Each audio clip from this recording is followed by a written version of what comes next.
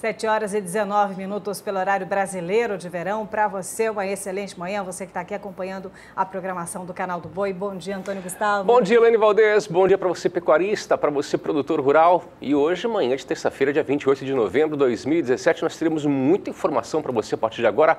Confira os destaques da edição de hoje.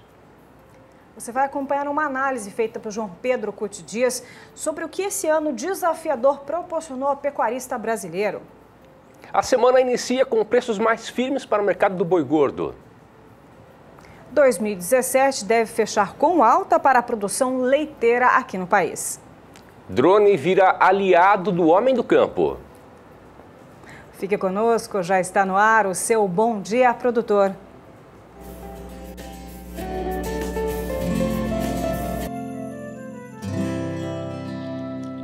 Acorda que o galo já cantou e o sol já vem fazer brotar mais um novo dia. Lenha no fogão, café pra esquentar e a bicharada no quintal.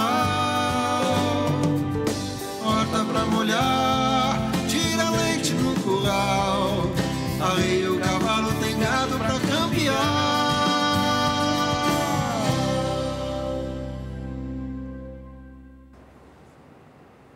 E como de costume, para começar muito bem a sua manhã de terça-feira, vamos ver como foi o fechamento de ontem, onde a movimentação foi verificada para o mercado do boi gordo, uma movimentação mais firme para as 32 praças pesquisadas pela Scott Consultoria. Destas, 8 tiveram alta. Detalhes, vamos ver diretamente então com a Scott Consultoria. Hoje eu vou falar um pouco a respeito do mercado do boi gordo nessa segunda-feira, 27 de novembro de 2017. E o que nós observamos nesse início de semana tem sido um cenário de preços mais firme, com valorizações em diversas regiões, incluindo São Paulo, e as indústrias, algumas delas fora das compras, mas as que estavam em busca de negócios não testavam o mercado, o que evidencia uma situação de oferta enxuta de boiadas, que realmente é o que nós temos observado, e a expectativa de uma movimentação mais positiva no que diz respeito ao escoamento da produção nas próximas semanas, no que já emenda o começo de mês com o pagamento da primeira parcela do 13º, isso em um mês no qual tipicamente nós temos um giro de dinheiro maior também devido às contratações temporárias, que é dezembro. Então, em dezembro, tipicamente nós temos uma movimentação maior no que diz respeito à demanda por carne, e os frigoríficos têm se preparado para as compras, tem mantido o ritmo de compras sem testar muito o mercado com essa expectativa. A partir de meados de dezembro, a gente já começa a observar uma redução nessa demanda, porque os abates, as programações para o final de ano já foram feitas em boa parcela e aí a demanda deve diminuir. Mas para o curto prazo, para a próxima semana, nós ainda esperamos um cenário de preços firmes e valorizações são um cenário mais provável. Como o Iberville Neto acabou de pontuar, com oferta restrita e também com uma melhora no consumo interno, os preços da arroba do boi gordo estão mais firmes nesse início de semana.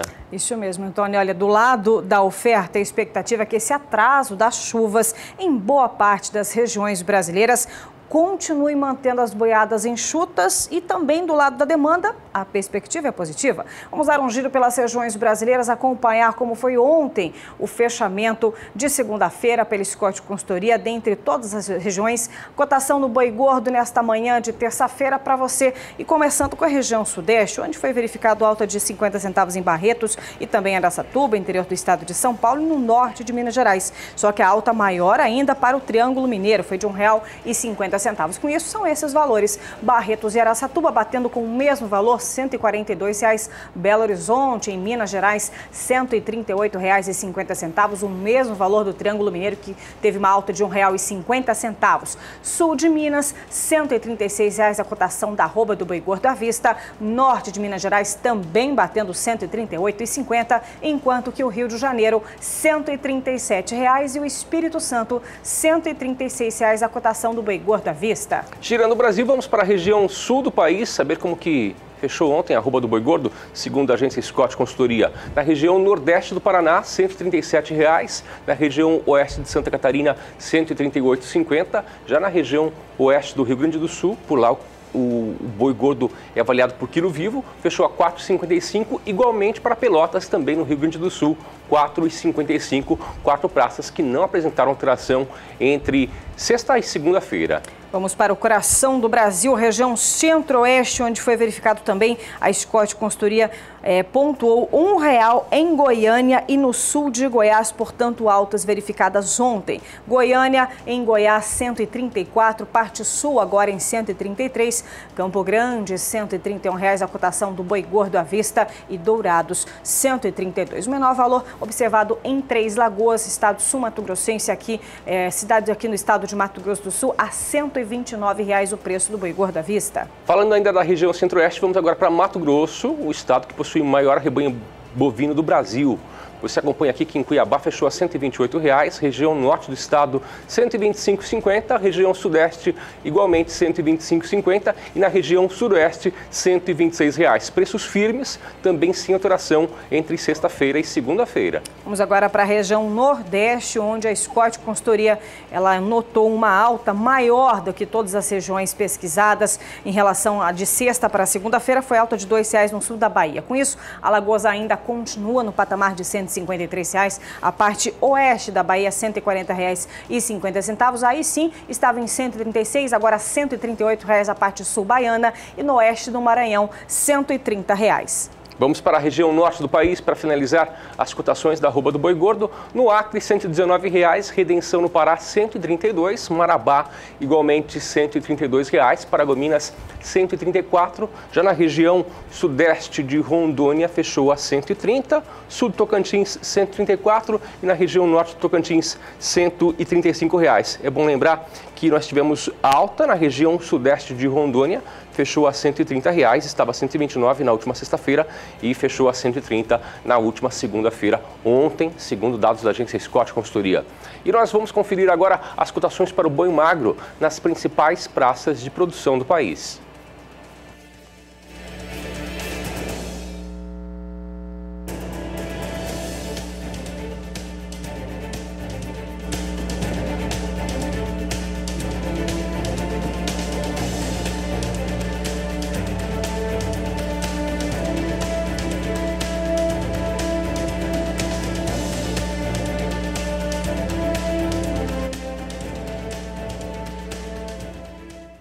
E o Bom Dia Produtor mostra para você como foi o primeiro workshop Gestão Total realizada em Sinop, no estado do Mato Grosso, na sede da Acrinorte, onde foi enfocado principalmente a gestão da empresa pecuária. Quem traz mais informações, quem esteve por lá, é Valdir Pacheco.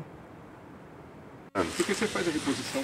Se pesquisarmos sobre gestão, vamos encontrar que é uma sequência de medidas que buscam dirigir, administrar e empreender. Considera-se que o conceito clássico compreende uma série de funções que buscam o lucro como objetivo final, ou seja, gerir o processo pelo custo com o melhor benefício para obter resultados de forma sustentável. Baseado nestas premissas, uma empresa ligada em gestão na pecuária realizou o primeiro workshop para produtores, técnicos e colaboradores de fazendas no norte de Mato Grosso. A primeira pergunta aos participantes foi feita por este zootecnista. Qual é o foco em uma propriedade rural? O animal ou a fazenda?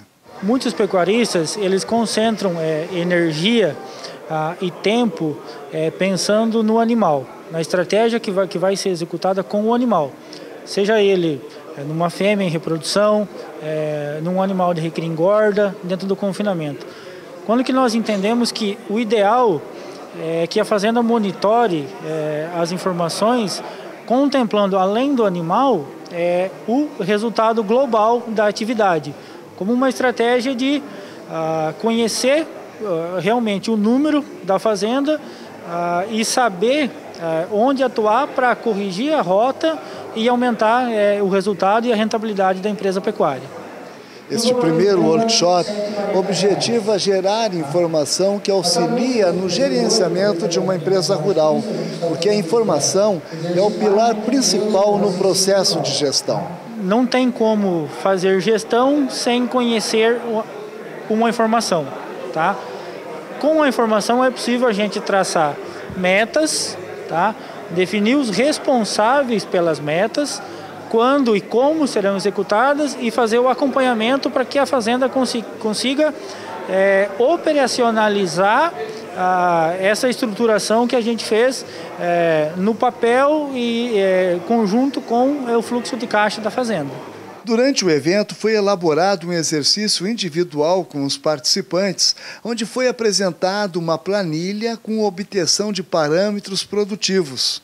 O objetivo é mostrar de uma forma simples e prática para que cada produtor que esteja aqui participando com nós hoje, ele consiga voltar para casa e entender a importância e como operacionalizar isso dentro da fazenda. Tá? Então, por exemplo, nós fizemos vários exercícios de ganho de peso para mostrar que é um indicador que tem influência direta no tempo que um animal vai ficar dentro da fazenda até ele ser abatido. Tá?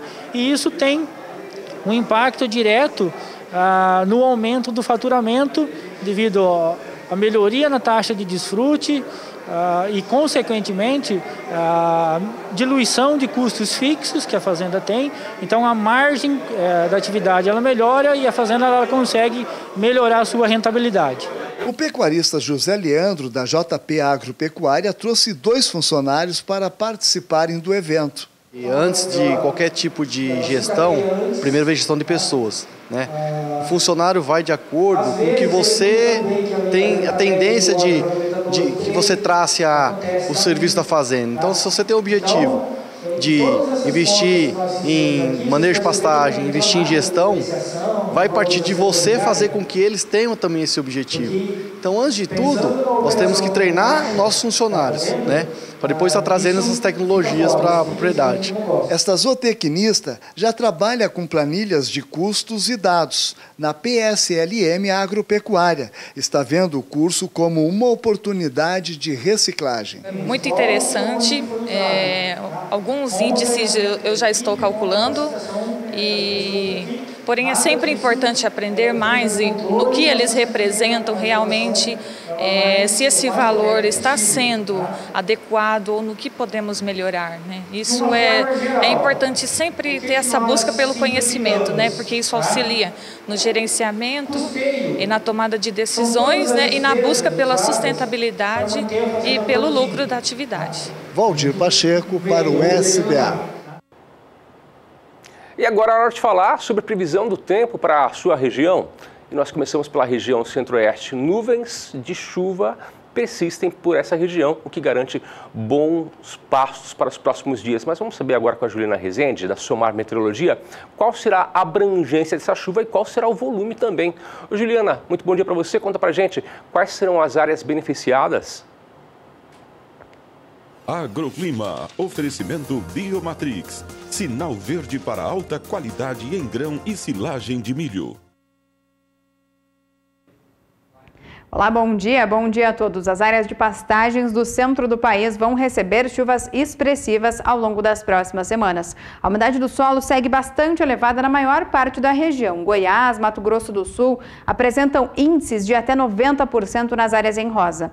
Nos próximos 5 dias, a atuação de instabilidades no alto da atmosfera vão conseguir manter chuvas fortes entre Goiás, Mato Grosso do Sul e também a faixa leste do Mato Grosso. Mas, de maneira geral, vai chover de forma forte na maior parte do centro do país. Acumulados desta vez de até 70 milímetros aqui no estado de Goiás e de até 100 milímetros no norte do Mato Grosso do Sul. No decorrer do segundo período, essas chuvas seguem persistentes e ainda com forte intensidade. Dessa vez, o volume de chuva não vai ser muito elevado, em torno de 50 milímetros em Goiás, Mato Grosso do Sul e também no leste do Mato Grosso. No decorrer do terceiro período, mais no começo do mês de dezembro, principalmente ao longo dos primeiros dias, as instabilidades seguem persistentes entre Mato Grosso e Goiás por conta da atuação de um canal de umidade. Então, vai seguir chovendo com forte intensidade, principalmente nas áreas de pastagens da região centro-oeste. Os 3 estados devem receber acumulados de chuvas significativos e elevados. Então, as áreas de pastagens do centro do país seguem beneficiadas porque devem receber chuva forte e ainda persistente até pelo menos o começo do mês de dezembro. Daqui a pouco eu volto com mais previsão do tempo. E por aqui a gente tem uma boa análise sobre este ano que está quase chegando ao fim. Foi um ano bastante desafiador, não é mesmo? Para todos os brasileiros, mas especialmente para o pecuarista. Primeiro, a gente começou com a Operação Carne Fraca, que culminou com a delação sobre pagamento de propinas e, posteriormente, a prisão também dos irmãos Batista. Mas não foi somente isso, não. Houve também a volta da alíquota de cerca de 11% de ICMS sobre a carne vendida em São Paulo, que é o maior mercado do país, e também entra na conta as suspensões das importações brasileiras de carne aos Estados Unidos. Teve também o retorno da cobrança do Fundo Rural para os empregadores do campo. Para quem trabalha com pecuária, é hora de arrumar a casa. Acompanhe agora nos próximos minutos uma análise sobre o que esse ano desafiador trouxe, principalmente para você pecuarista que está sintonizado nesta manhã de terça-feira. Esse é o assunto do Bom Dia Entrevista.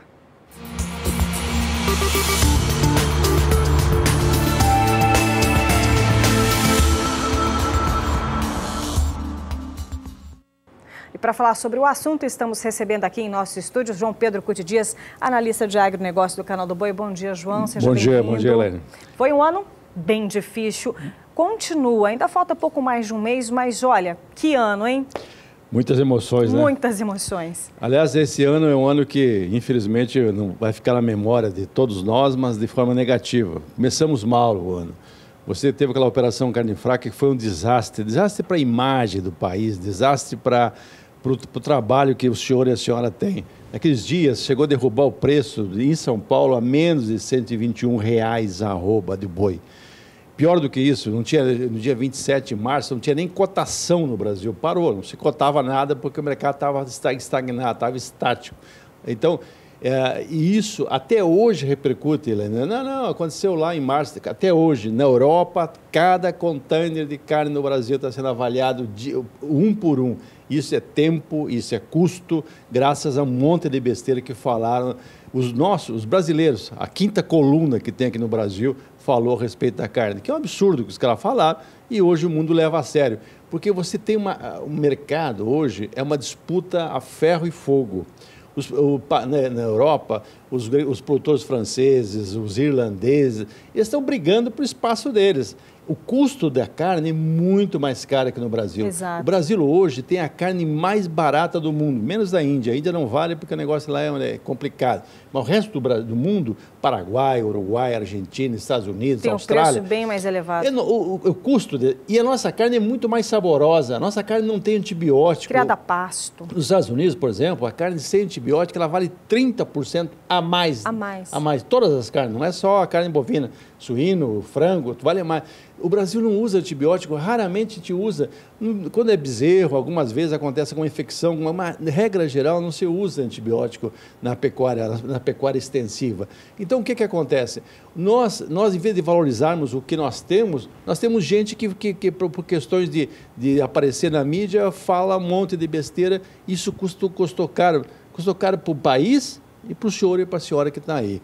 Verdade. Não bastasse essa operação, aí depois surgiu a delação dos irmãos Batista. Aí foi jogar M no ventilador. Ou seja, aí a situação mostrou que eles pagavam salário extra para fiscal. Isso tudo repercutiu também de maneira... Manchou ainda mais. Manchou mais.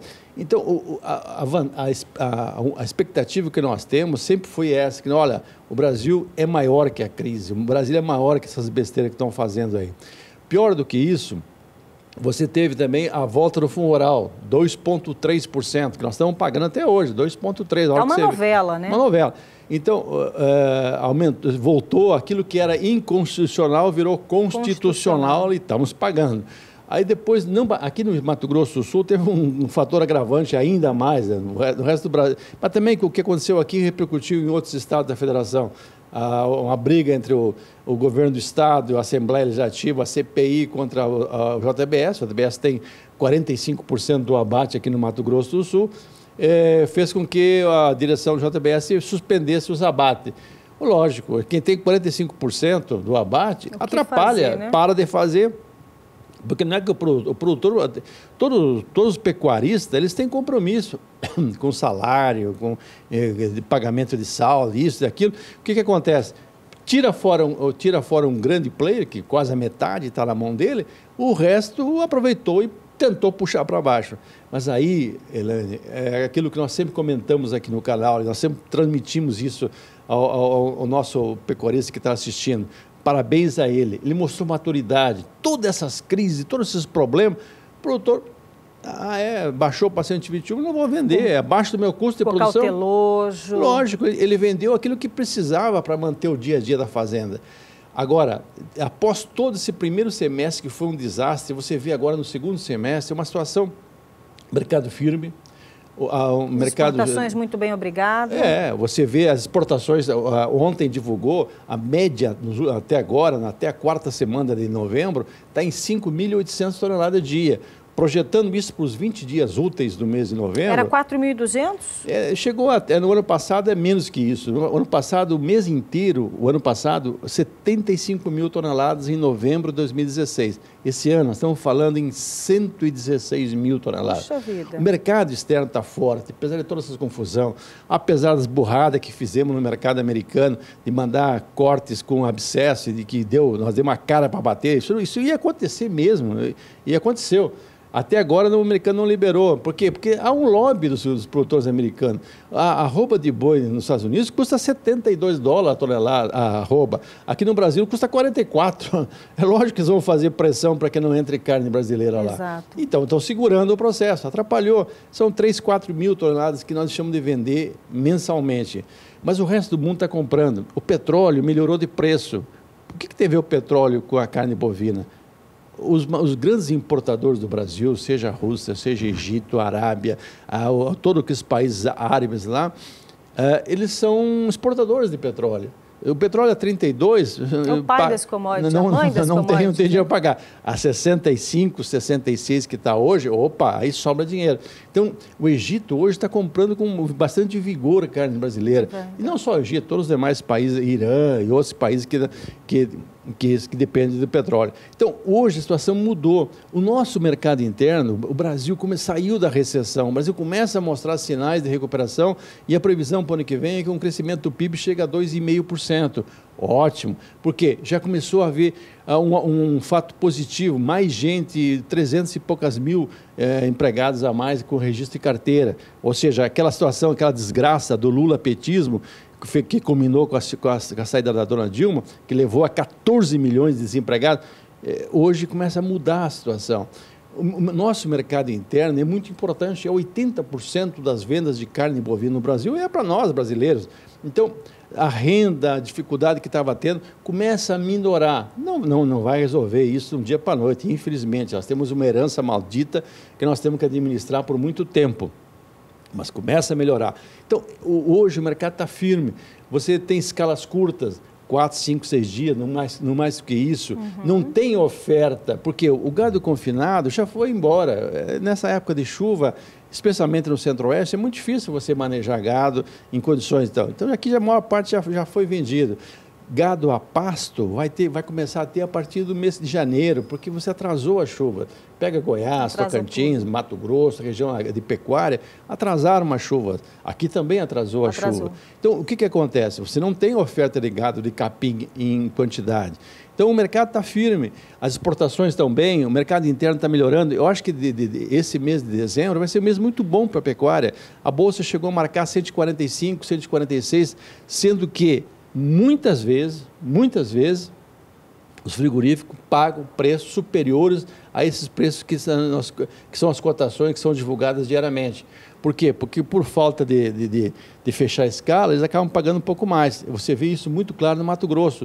O Mato Grosso, no início do semestre, chegou a ter momentos em que o preço do boi pago aos grandes produtores de lá chegou a ser quase igual de São Paulo, porque nunca tinha acontecido isso. Por quê? Faltava boiada, faltava animais para abate. Então, hoje o quadro é esse. Então, há uma luz no fim do túnel, finalmente. O Brasil o mundo inteiro depende de nós. 1,5 bilhão de pessoas no mundo comem porque o senhor e a senhora produzem.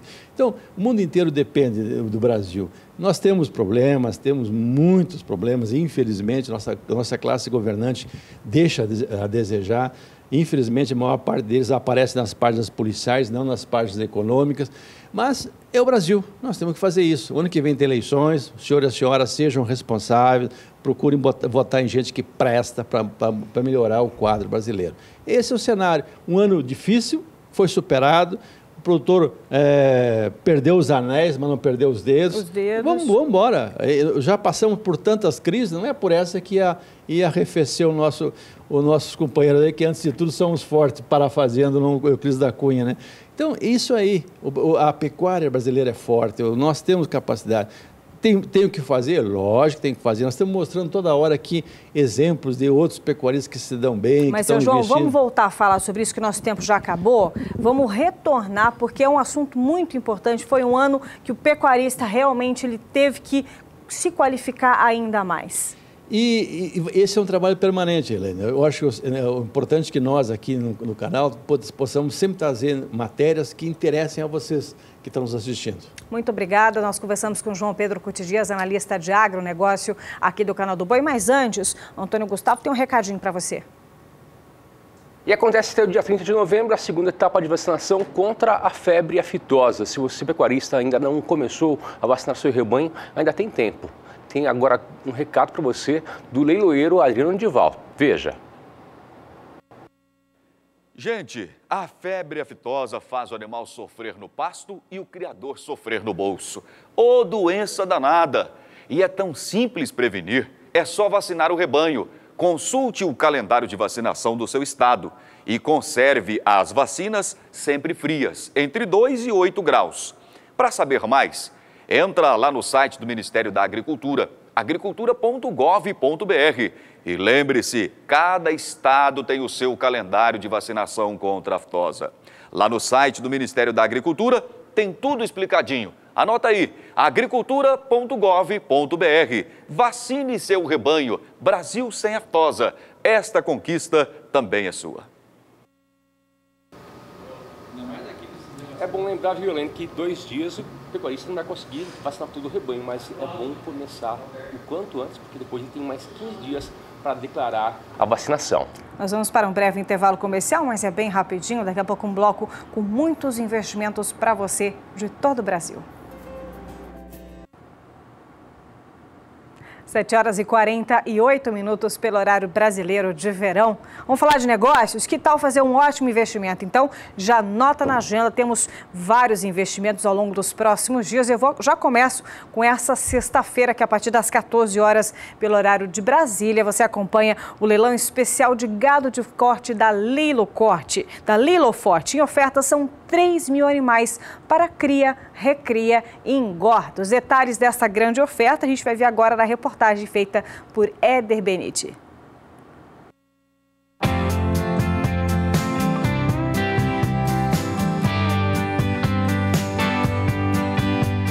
É isso aí, amigos de todo o Brasil. E olha, dia 1º de dezembro, com a transmissão do Canal do Boi, 14 horas, horário de Brasília, é o primeiro leilão especial de corte na parceria do Beto, do Renato, do Ricardo e do Canal do Boi, amigo.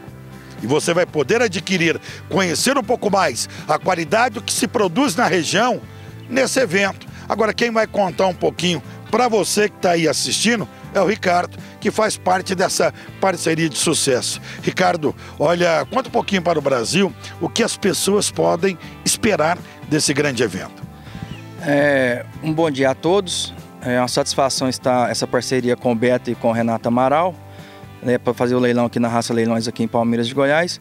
E nós vimos que aqui na região nossa de Palmeiras e Anicuns, Trindade, Varjão, Paraúna, existem vários criadores que têm uma genética que não está sendo mostrada para o resto do Brasil, entendeu? Então eu acho que vai ser um sucesso, com a graça de Deus, esse leilão do dia 1º de dezembro, às 14 horas, conto com a presença de vocês. Vai ser mais ou menos uns 3 mil animais. É isso aí, amigos. Olha, e esse detalhe interessante, Ricardo, porque você comentou a respeito da região, né, poder mostrar para o Brasil, através do Canal do Boi, de norte a sul, de leste a oeste, o Brasil inteiro, sempre muito antenado, nesse horário especial, às 14 horas, na sexta-feira, dia 1º de dezembro. Eu tenho a certeza também que muita gente precisa acertar as coisas, né? Precisa apurar um dinheiro para o final de ano, enfim. Eu acho que o momento é esse de quem precisa repor e quem precisa vender, não é isso? Positivo. E outra coisa, aqui vai ter animais de qualidade. Então, para fazer reposição, os pastos estão saindo agora, a chuva já veio, graças a Deus. Então, as pastarias saindo, então os invernistas, boiadeirama, os boiadeiros, vai vir na reposição. E boiadeiro gosta de mercadoria boa, que é boa de carcaça.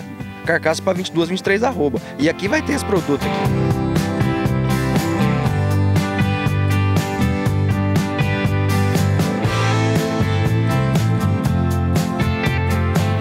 É isso aí, amigos. O encontro agora é dia 1º de dezembro. É lá na Raça Leilões, em Palmeiras de Goiás. Primeiro leilão especial de corte, lá em Palmeiras de Goiás, com a transmissão do Canal do Boi a partir das 14 horas. Em nome do meu amigo Beto, em nome do Ricardo, queria convidar a todos para esse grande evento em Palmeiras de Goiás, com a transmissão do Canal do Boi a partir das 14 horas. Eu, Renato Amaral, Ricardo Fareiro, estamos convidando vocês para estar junto conosco aqui, participando do primeiro leilão especial de Palmeiras de Goiás, dia 1º de dezembro, às 14 horas, sendo transmitido pelo Canal do Boi. Esperamos todos vocês.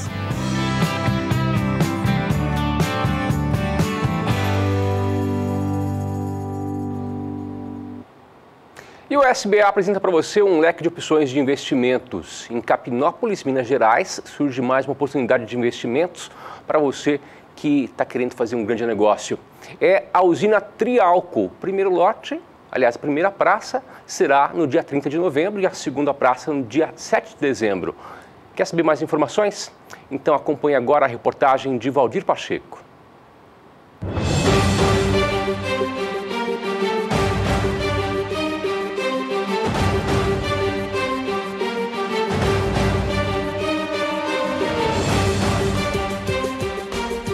O município de Canápolis faz parte da microrregião de Uberlândia e mesorregião do Triângulo Mineiro, tendo divisa com os municípios de Ituiutaba e Capinópolis. O Triângulo Mineiro é a região que teve o maior volume de cana-de-açúcar na última safra, segundo o IBGE.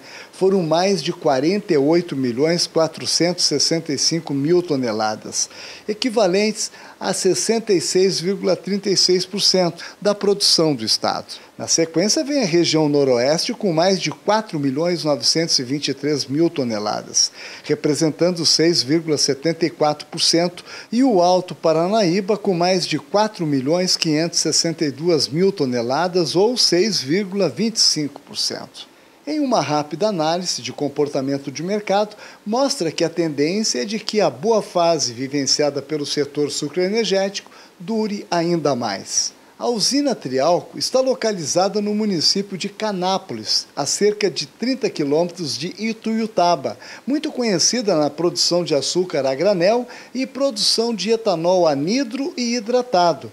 A usina possui 24 imóveis rurais em uma área aproximadamente de 6.048 hectares, sendo a maioria cultivada com cana, terra de excelente qualidade. E é exatamente aqui que surge uma oportunidade para você investir nesse setor que mais cresce no Triângulo Mineiro, através do leilão da massa falida Trialco, do Grupo João Lira, que será realizado nos meses de novembro e dezembro em 2 praças. Os equipamentos eletromecânicos da usina estão em bom estado de conservação e não teriam maiores problemas para serem reativados imediatamente. A produção histórica da usina Trialco na safra 2006-2007 chegou a moer 8.500 toneladas de cana por dia, uma moagem nominal máxima de 1.745.000 toneladas de cana, que resultou em 97.655 toneladas de açúcar. Daí, aproveite essa onda positiva para investir no setor sucroenergético no estado de Minas Gerais. São mais de 6.000 hectares.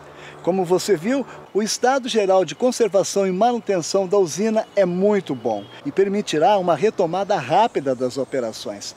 Participe desse leilão, dê o seu lance. A primeira praça será no dia 30 de novembro, com encerramento às 14 horas. A segunda praça será no dia 7 de dezembro, com encerramento às 14 horas. Se você tiver interesse por mais informações sobre este leilão, acesse o site que aparece no seu vídeo, superbid.net/Lajinha ou por telefone 0 operadora 11 4950 9660. Só reforçando, portanto, que depois de amanhã, quinta-feira, tem início, então, essa primeira praça desta grande oportunidade. Mas por aqui eu vou repercutir um grande evento que aconteceu no início deste mês, promovido pela Associação Brasileira de Criadores de Canchim, que realizou um dia de campo na Ilma Agropecuária, localizada em Angatuba, interior do estado de São Paulo. Foi o encerramento da 7ª prova Canchim de avaliação de desempenho, que contou com animais de vários criatórios de várias regiões aqui do nosso país, como a gente vai ver na matéria feita por Gustavo D'Angelo. Criadores, técnicos e autoridades do agronegócio estiveram reunidos na sede da Ilma Agropecuária em Angatuba, interior de São Paulo, para oficializar a conclusão da 7ª prova Canchim de avaliação de desempenho, a PECAD. O presidente da ABSECAM e anfitrião da festa, Adriano Lopes, falou da contribuição da raça para a pecuária brasileira. O Canchim, Gustavo, é uma raça que está completando esse ano que vem 65 anos de história. Não existe uma empresa, uma marca que se sustente no mercado por 65 anos se ela não tiver seus méritos, se ela não tiver suas qualidades, se ela não estiver pautada em um trabalho sério. O evento contou com a presença do secretário de Estado da Agricultura e Abastecimento de São Paulo, Arnaldo Jardim, que destacou os avanços que a raça vem passando ao longo dos anos. A prova de desempenho, os resultados hoje apresentados aqui, também indicam uma evolução muito importante do plantel. Ou seja, há não só animais que despontam, porque isso sempre existe, mas há uma elevação global daqueles animais, e foi uma amostra muito representativa do plantel que se teve aqui, indicando, portanto, uma evolução do ponto de vista da genética do Canchim que nós devemos comemorar. Supervisionada pelo programa Geneplus Embrapa de melhoramento de gado de corte, que também é responsável pelo programa de melhoramento genético da raça Canchim, nesta edição, a prova reuniu cerca de 200 machos divididos em 2 grupos, um de animais nascidos de julho a setembro e outro de outubro a novembro de 2016. O objetivo da PECAD é identificar garrotes que possam se tornar futuros raçadores da raça, com a produção de animais geneticamente superiores, seja para uso nos projetos de seleção ou no cruzamento industrial. Essa prova é hoje um dos principais meios da gente fazer melhoramento na raça Canchim. É daqui que saem os principais touros melhoradores da raça, que vão servir para que essa raça continue evoluindo e evoluindo fortemente como evoluiu nos últimos anos e como tem se aprimorado. Tudo isso para que a raça continue melhorando, continue evoluindo e ofereça ano após ano ao mercado animais mais adaptados, mais rústicos e com maior capacidade de produção, com maior capacidade de ganho de peso. Foram 152 dias de prova. Os animais entraram em confinamento com média de 9 e 10 meses e peso médio de 275,8 quilos. Saíram com 14 e 15 meses e 469,8 quilos, registrando ganho de peso médio diário de 1,276 quilos. A dieta usada é basicamente concentrado, 70% de NDT e 18% de proteína, com quantidade aproximada de 1% do peso vivo. A nutrição foi calibrada para a média de 1,2 kg ganho por dia. Fique agora com o resultado da 7ª prova Canchim de avaliação de desempenho, com destaque para os primeiros colocados de cada categoria. No grupo que nasceu entre julho e agosto de 2016, 13 foram classificados como elite, 7 como superior plus e 14 como superiores. O animal que recebeu o troféu ouro foi 4046MN da Itamaraty, de Luiz Carlos Dias Fernandes, Canchim Itamaraty, de Três Lagoas, Mato Grosso do Sul. Entre os animais nascidos entre setembro e novembro de 2016, 5 foram classificados como elite, outros 7 como superior plus e 9 como superiores. O melhor do grupo foi Chororó 3502MN da Vista Alegre, pertencente ao criador Edson Rodrigues Bastos, de Guarapuava, Paraná. Quem levou a melhor na categoria Progênie de Pai foi Dorivan Cruvinel de Souza, dono de Dom MN da São Tomé, animal campeão da categoria.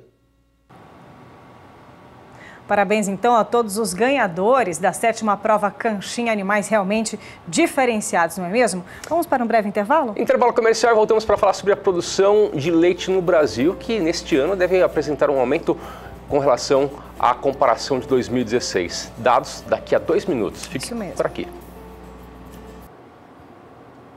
8h03 pelo horário brasileiro de verão. Bom dia, produtor, de volta na sua manhã de terça-feira. E é um prazer ter você junto com a gente. E a produção mundial de leite cresce desde 2009, mas no Brasil a situação é diferente. Desde 2015 que a produção vem apresentando recuo. Mas para esse ano de 2017 deve ter aumento na produção, isso em comparação a 2016. Vamos acompanhar aqui os números que foram apurados pela Scott Consultoria. Você pode acompanhar aqui que também, segundo dados do IBGE, Instituto Brasileiro de Geografia e Estatística, em 2015 a produção foi de 34 bilhões e 610 milhões de litros, queda de 1,5% em relação a 2014. E desde 2015 que a produção de leite tem apresentado queda. Para 2017, segundo o Índice de Captação de Leite da agência Scott Consultoria, de janeiro até outubro a produção aumentou 2,2% comparativamente com o mesmo período do ano anterior. Mas ainda assim, os números não deverão superar a produção brasileira de 2014, quando chegou a 35 bilhões 120 milhões de litros. Para 2018, segundo a estimativa da Scott Consultoria, é esperada uma recuperação na produção, com aumento de 1,8% no volume captado, voltando ao patamar dos 35 bilhões de litros que foram conseguidos em 2014. E esses dados são dados recentes, divulgados pela agência Scott Consultoria.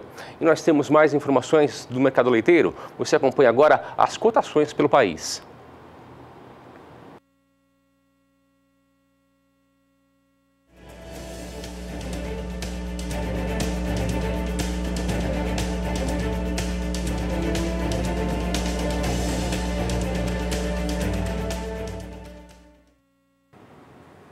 Ainda falando em leite, o Ministério do Desenvolvimento Social anunciou ontem que deverá investir 17 milhões de reais na compra de leite em pó de cooperativas de agricultores familiares. O valor é suficiente para a aquisição de pouco mais de 1.000 toneladas. O setor aguardava a compra governamental de 50 mil toneladas no país. Mesmo considerado baixo o investimento, as entidades ligadas à cadeia leiteira esperam que esta seja a primeira iniciativa para regular o mercado de lácteos, que passa por período crítico, devido à alta oferta e queda da demanda. De acordo com o Ministério, a aquisição será feita ainda neste ano por meio da modalidade de compra direta de programa de aquisição de alimentos. Aguarda-se, portanto, a publicação no Diário Oficial da União sobre o valor a ser pago pelo leite em pó e o prazo para as cooperativas interessadas se inscreverem. A Companhia Nacional de Abastecimento, a Conab, empresa responsável por operacionalizar a compra, ainda não recebeu a liberação de recursos para essa finalidade. Portanto, não há definição sobre quando abrirá o pregão para a compra do produto, mas mesmo assim já é um alento para os produtores em relação à agricultura familiar, com essa compra, então, no valor de 17 milhões de reais. E agora nós vamos para Goiás conhecer uma fazenda que faz um trabalho genético muito forte. Lá eles fazem a inseminação artificial 100% Angus da Semex. Vamos conhecer. Localizada no norte de Goiás, no município de São Miguel do Araguaia, a Fazenda Nova Piratininga se destaca como a maior propriedade de corte do Brasil. Hoje, com um rebanho de 105 mil cabeças de gado, a fazenda trabalha com melhoramento genético e insemina 100% do seu plantel de fêmeas aptas à reprodução. Parceiro Semex desde a estação de monta 2016-2017, a fazenda encontrou na bateria da empresa os touros com as características necessárias para se alcançar os melhores resultados. A gente já tinha o interesse em usar alguns touros da Cemex e até que veio de encontro a essa questão de uma parceria que foi firmada, onde a gente está usando 100% na estação passada e vai usar nessa estação agora 17, 18, apenas semi-angus de origem da Cemex. Então isso a Cemex acredita na gente, a gente acredita na Cemex e estamos também testando touros jovens. Então eu acho que é uma parceria que vai evoluir muito. Hoje a propriedade utiliza 100% de genética Angus Cemex em seu plantel, sendo que na última estação a fazenda inseminou ao total 45 mil fêmeas, sendo destas 20 mil com touros Angus Cemex. A estação passada, que foi o primeiro ano que nós tivemos uma parceria no semi-angus com a Cemex, ela, no modo geral, ela foi muito boa em fertilidade. Então foi a melhor estação que nós tivemos dentro da Piratininga. Isso se deve a muitos fatos que aconteceram, mas no caso do semi também teve um incremento que a gente percebeu dentro dos touros angus que vieram da Cemex, que eles conseguiram aí dentro do mesmo touro que a gente já era acostumado a usar da raça, um percentual de acréscimo interessante. Na estação de monta 2016-2017, a nova Piratininga optou por touros com características voltadas à qualidade de carne e muito rendimento de carcaça. Esses reprodutores chamaram a atenção do grupo, que logo na primeira utilização já obteve um resultado de 4% a mais na taxa de prenhez quando comparado a estações anteriores. Que a seleção que a Cemex faz de touros equilibrados em todas as características, principalmente de carcaça, de área de ouro de lombo, de marmoreio, vem de encontro que a Piratininga queria. Uma coisa muito interessante também que foi utilizado por utilização é o valor carne desses touros. O valor carne na Associação Americana é usado hoje para selecionar os touros que dão maior lucro ao produtor. Então os touros que estão sendo usados aqui são os top para a seleção de valor carne nos Estados Unidos. Este ano o projeto da nova Piratininga vai contemplar nesta estação de monta o total de 70 mil inseminações. Deste total, serão inseminadas 50 mil fêmeas e ressincronizadas outra parte delas, sendo 50% com touro Nelore e o restante com touros Angus Cemex. Então nessa viagem do Canadá nós escolhemos 3 reprodutores para ser usado nessa estação, que é o Easy Decision, que já foi usado ano passado, foi um dos maiores índices de fertilidade. O Easy Decision é um touro top para desmama, top para ano, top para carcaça, marmoreio, área de lombo e gordura positiva.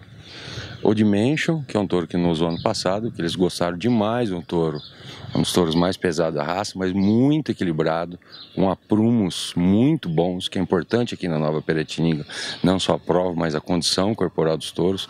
Também é um touro de carcaça alta e de acabamento, e um touro novo, que nem eles costumam usar, que é a evolução da Cemex, chamado PowerPoint. Ele vai estar disponível para os criadores brasileiros logo.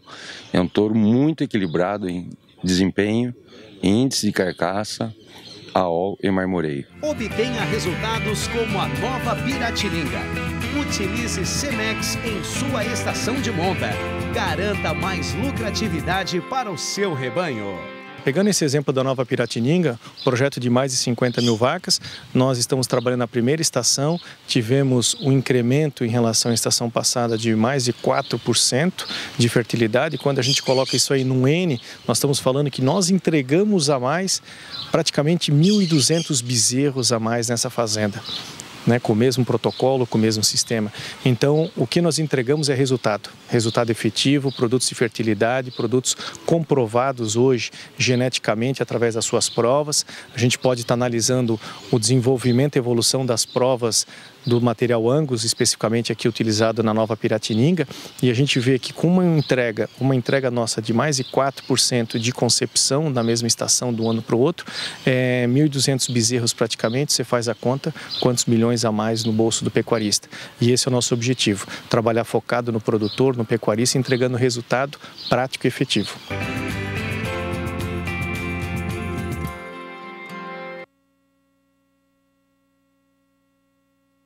E aqui no Bom Dia Produtor você tem informações da Cemex, que é uma empresa canadense que atua no mercado de inseminação artificial e também na comercialização de sêmen.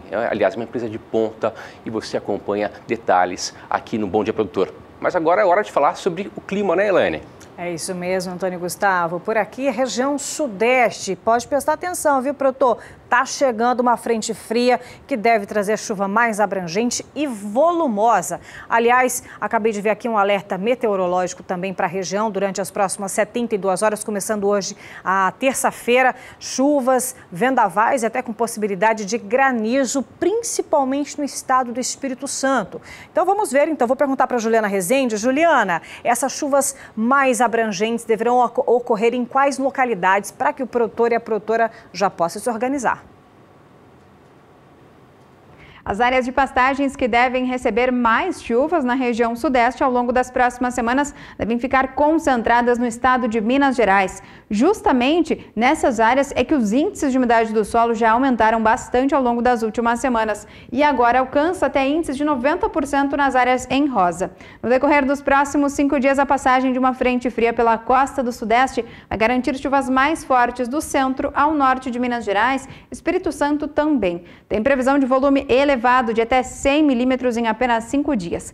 No decorrer do segundo período, essa chuva ainda em Minas Gerais deve persistir com forte intensidade. Os acumulados agora seguem em torno de 70 até 100 milímetros, enquanto que nas áreas do estado de São Paulo e também no sul de Minas Gerais é que a chuva ocorre com pouco menos de intensidade. Ao longo do terceiro período, no começo do mês de dezembro, as instabilidades seguem fortes aqui no extremo norte mineiro, praticamente do centro ao norte de Minas Gerais, chuvas expressivas e volumosas até pelo menos o começo do mês de dezembro. Então, as áreas de pastagens mais beneficiadas do sudeste ficam concentradas no estado de Minas Gerais ao longo das próximas semanas. Daqui a pouco eu volto com mais previsão do tempo. 8 horas e 15 minutos pelo horário brasileiro de verão, hora de falar sobre a VDTEC Plus e VDTEC Multi, que são 2 maquinários que utilizam da tecnologia para auxiliar o homem do campo à produção de pastagens. E o mais importante, que isso causa também economia. Quer saber mais detalhes, mais informações? Então vamos falar agora com o Guilherme Beretta da GM Pasto, que traz para você informações sobre esses maquinários. Guilherme, muito bom dia para você. Olá, Antônio, bom dia a você também, bom dia a todos que nos acompanham. Olha, a partir do ano de 2012, a GM Pasto lançou o seu primeiro modelo, a VDTEC 190, que são semeadoras elétricas, é isso mesmo, não mais ligada à tomada de força do trator, e sim elétrica, e que traz como grandes objetivos para você, primeiro, melhoria sensível da distribuição de semente de pastagem. Eu tenho certeza que você já teve esse desgosto de passar por situações parecidas, onde não se tinha como regular as máquinas, e hoje nós temos aí a VDTEC, uma máquina que tem como grande característica a precisão na distribuição de semente de pastagem. Como se isso não bastasse, nós também trazemos para você uma grande economia. Por ser elétrica, nós conseguimos colocá-la tanto na dianteira como na traseira do trator. Olha, nessas imagens a gente consegue ver ela fazendo a distribuição das sementes na traseira do trator. Em ambas as situações nós conseguimos colocar também, você ter a oportunidade de colocar um segundo equipamento, que seria a grade niveladora ou também o rolo compactador, que são equipamentos indicados para você fazer aí uma boa incorporação das sementes. E sem dúvida nenhuma, essa máquina, além dessas 2 grandes características, traz também uma grande comodidade para aquele produtor ou para aquele tratorista que vai operar o trator, porque além do tratorista não ficar tanto tempo virado, ele consegue sempre olhar para frente quando é a instalação na dianteira, fazendo com que você tenha exatamente essa sanidade melhor. Então, sem dúvida nenhuma, meu amigo produtor rural, esse é um produto que você deve ter aí na sua propriedade, afinal, a distribuição de sementes está diretamente ligada ao sucesso de uma boa implantação da pastagem, e tudo isso no final da história se diz a questão da taxa de desfrute, que é a quantidade de animais abatido pelo número, dividido pelo número de animais que existe na propriedade. E aí sim nós medimos aí a rentabilidade da sua empresa rural. Olha, vamos dar uma olhada em exemplos disso. Nós entrevistamos os nossos diretores da GM Pasto, o seu Valmor e o seu Derli, e eles falam exatamente da evolução da VDTEC, né, desde o primeiro modelo, 190, para agora a Multi, que é a mais novo lançamento da GM Pasto. Dá uma olhada aí.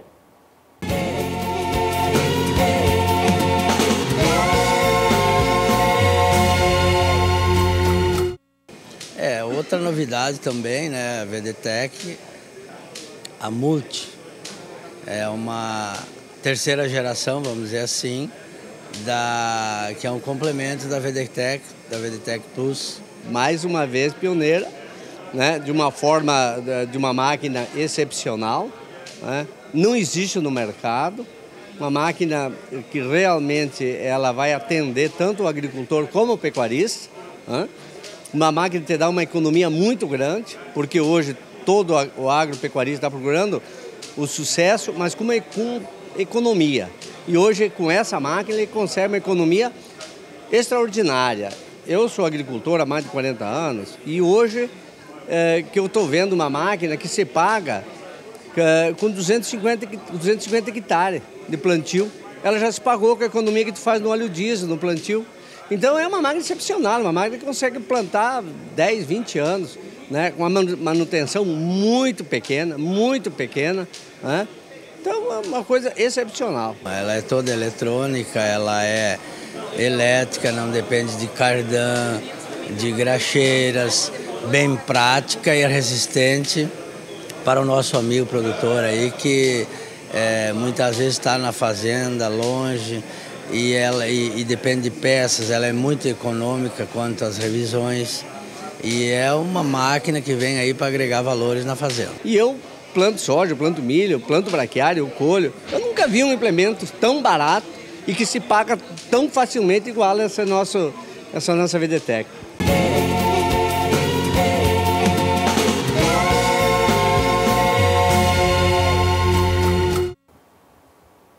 Olha, meu amigo, e essa tecnologia à sua inteira disposição, basta você pegar o telefone e entrar em contato com a central de vendas da Germipasto. 2 números, operadora 67 3389 6700, essa é uma ligação local para você que estiver aqui em Mato Grosso do Sul, onde está sediado a Germipasto, e um segundo número, esse gratuito, 0800 647 0050. Se você quiser mais informações, nós temos 2 endereços eletrônicos para você buscar mais informações das máquinas, né? Tanto no www.germipasto.com.br, está aí na sua tela, ou também num site próprio da VDTech, que é o www.vdtech.com.br. Lá nas mídias sociais, a Germipasto também faz presente, tanto no Facebook como também no Instagram. E para você que curte aí bons vídeos, né, você pode acessar o nosso canal lá no YouTube, né, colocar lá Germipasto ou então VDTech Plus, VDTech Multi. Lá você vai ter acesso a mais de 550 vídeos à sua inteira disposição. Antônio, por hoje é isso. É com você. Guilherme, obrigado pelas informações, pela participação. Guilherme Beretta volta amanhã aqui no Bom Dia Produtor. Vamos para um breve intervalo comercial. A gente volta rapidinho, tempo de você beber uma água, um cafezinho. Complexo Carne chegando daqui a 2 minutos. E tem valor do preço do suíno vivo o quilo aqui na região sudeste e em outras praças produtoras. É daqui a pouquinho, depois do intervalo. 8h24 pelo horário brasileiro de verão. Para você, uma excelente manhã aqui em companhia do programa Bom Dia Produtor. Vamos falar agora sobre suinocultura. Suinocultura, viu, Elaine? Olha só, com a chegada do final do ano, a demanda pelo suíno tem aumentado. Não só do suíno vivo, mas também dos cortes de suínos. E na apuração semanal do CPEA, houve uma detecção de aumento do preço do suíno em São Paulo e também em Minas Gerais. Vamos acompanhar aqui os dados? Você pode acompanhar aqui em Minas Gerais, o preço médio do suíno vivo fechou em R$ 4,13 ontem, dia 27, com alta de 4,03% durante o mês de novembro. No Paraná, você pode acompanhar aqui que o preço médio está em R$ 3,69, apresentou uma variação negativa de 0,27% no mês de novembro. Já no Rio Grande do Sul, fechou a R$ 3,40 o quilo, com um recuo de 0,58%. Santa Catarina, R$ 3,49, também recuou 0,57%. Já em São Paulo, houve aumento, fechou a R$ 4,07, com um aumento de 0,49%. Como eu havia dito, o destaque ficou para as praças da região sudeste do país. Mas nós temos mais números com relação ao suíno. Nós temos aqui os números do CPEA para a carcaça suína especial. você pode acompanhar que no dia 20 do mês de novembro estava em R$ 6,37, apresentou um aumento no dia 21, chegou ao patamar de R$ 6,41. No dia 23, teve mais um novo aumento, chegou a R$ 6,47. E ontem, dia 27, segunda-feira, ele chegou à marca de R$ 6,49. Houve uma variação positiva entre sexta e segunda-feira, houve um aumento de 0,31% e durante o mês de novembro a variação também foi de alta. Teve um aumento de 3,84%, segundo dados apurados pelo CPEA. E nós vamos continuar falando sobre o suíno. Você acompanha agora as cotações nas principais praças do país.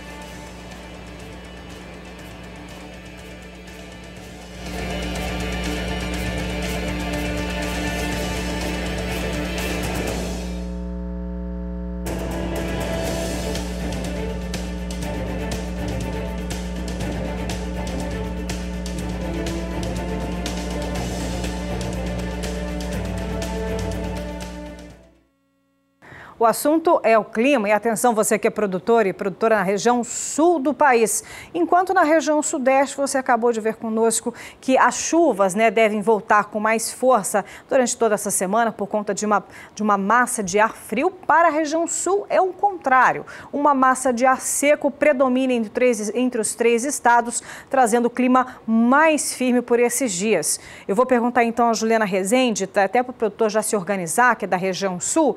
Juliana, as pancadas de chuvas, elas devem retornar em qual período? É com você. Até pelo menos a primeira quinzena do mês de dezembro, as instabilidades no sul do Brasil devem seguir de forma menos intensas. Agora, os índices de umidade do solo já diminuíram devido a esse tempo mais seco e os índices ficam em torno de 60 até 70 milímetros no Rio Grande do Sul, apenas na faixa oeste do Paraná, em que a umidade segue um pouco mais elevada. No decorrer dos próximos 5 dias, vai ter previsão de tempo firme na maior parte da região sul. Uma massa de ar seco atua, fazendo com que não haja a formação de nuvens de chuva. Então, predomínio de tempo seco nos 3 estados. Pancadas podem ocorrer de forma fraca e isolada no sul do Paraná e oeste do estado de Santa Catarina. A partir da semana seguinte, até volta a chover de maneira mais abrangente, só que são pancadas de fraca intensidade. No Rio Grande do Sul, acumulados baixos de 5 até 15 milímetros. Apenas no estado do Paraná, entre o oeste e norte paranaense, é que as instabilidades vão conseguir alcançar essas áreas e provocar chuva de volumes de até 30 milímetros. No decorrer do terceiro período, essa chuva ainda do estado do Paraná volta a perder intensidade e os 3 estados da região sul seguem recebendo pancadas de chuva de maneira bastante isolada e ainda irregulares.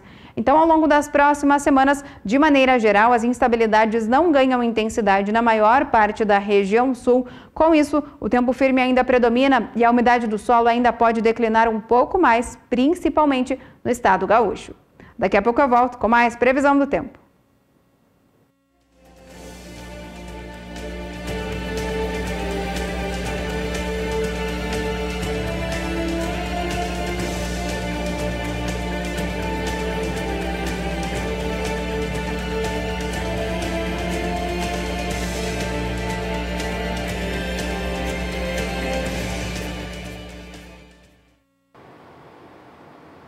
E agora o assunto é sobre a BRS Ipiporã, que é uma híbrida que foi desenvolvida entre a parceria da Embrapa com a Unipasto. Eu estou aqui recebendo o Osmair Nogueira, da Safra Sementes, para falar mais sobre essa nova cultivar. Muito bom dia para você, Osmair. Bom dia a todos. Osmair, conta para a gente quais são as características da BRS Ipiporã. Bom, a característica importante é que é o primeiro híbrido realizado pela Embrapa. Então é o cruzamento de uma braquiária rusiziense com uma braquiária brisanta.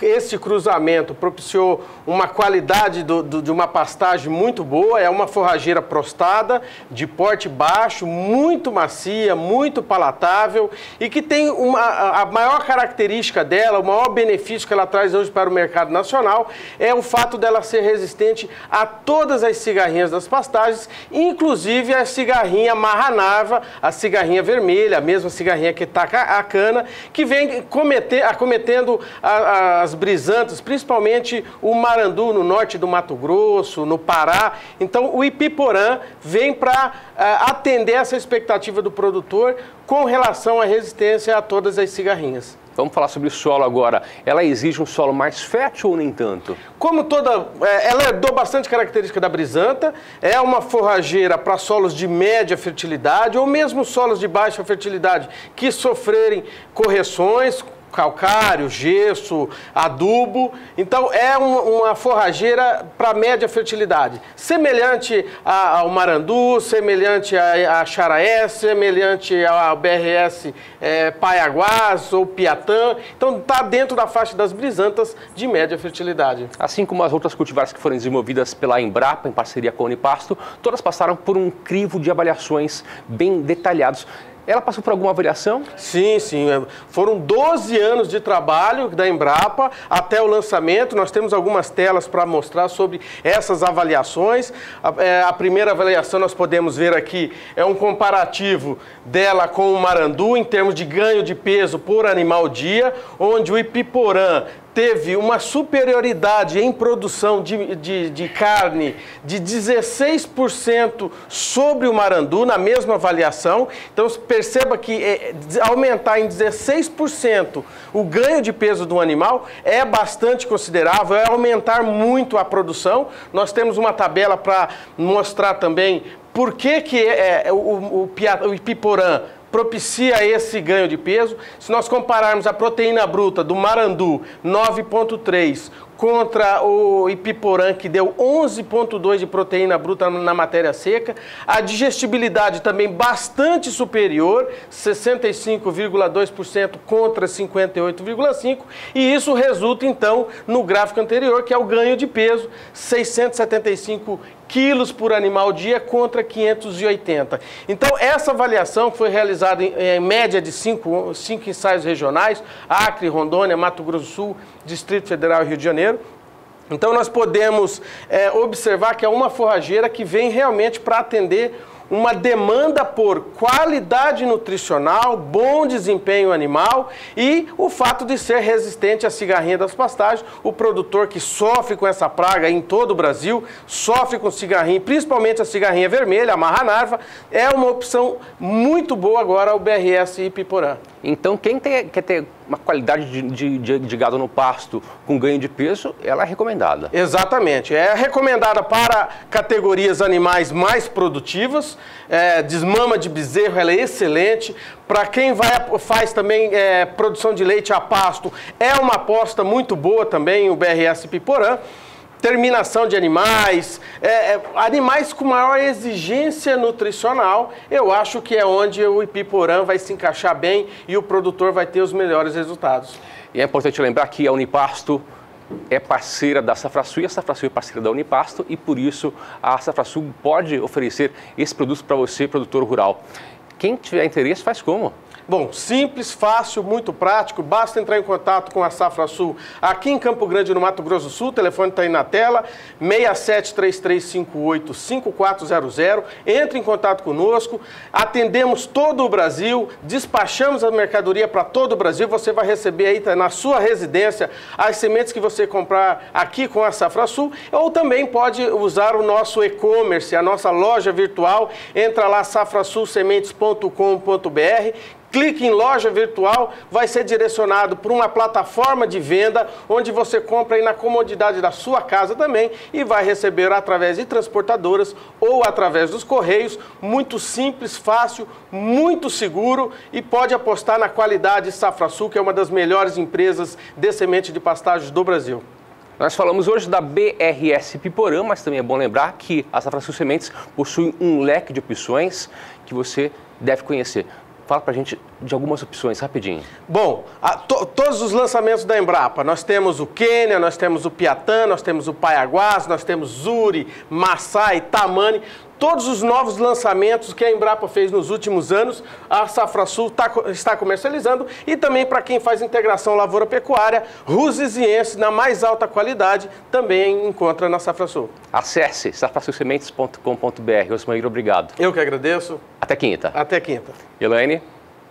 Vamos falar agora sobre tecnologia. E olha, se tem uma ferramenta que vem conquistando cada vez mais também os produtores, tanto na agricultura quanto na pecuária, são os drones. Isso por conta dessa imensa versatilidade e de várias funções que podem desempenhar nas fazendas. E até um custo relativamente acessível. Vamos acompanhar na reportagem de Miriam Valadares algum desses diferenciais e a utilização no campo.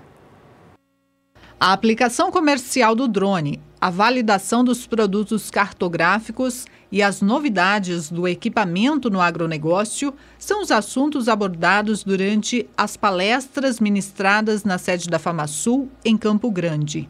A utilização dos drones vem crescendo exponencialmente, né? É um mercado que, em um momento político e econômico tão desfavorável, ele vem gerando empregos, novas possibilidades de emprego são criadas com a utilização desse equipamento focado no agronegócio como um todo. Os drones eles podem ser utilizados em vários mercados, entretanto o agronegócio é o principal deles. A utilização de drone permite com que o produtor tenha uma visão diferenciada, né? Quem vê de cima vê melhor, e com a utilização de outros sensores, como câmeras multiespectrais, ele consegue identificar índices que o olho humano não vê. Então, além disso, ele automatiza o processo e gera uma economia significativa no ciclo produtivo, fazendo com que ele gere economia de 1 a 10% no sistema produtivo como um todo. Na região centro-oeste, há uma deficiência de profissionais aptos a operar os equipamentos. Com os cursos oferecidos, o Senar do Mato Grosso do Sul visa qualificar a mão de obra local. Hoje nós estamos utilizando para medir áreas, para ver, por exemplo, áreas de reserva legal, de APPs, para ver pragas nas lavouras, para ver a parte de fertilidade do solo, enfim, várias coisas nós já estamos fazendo com os drones.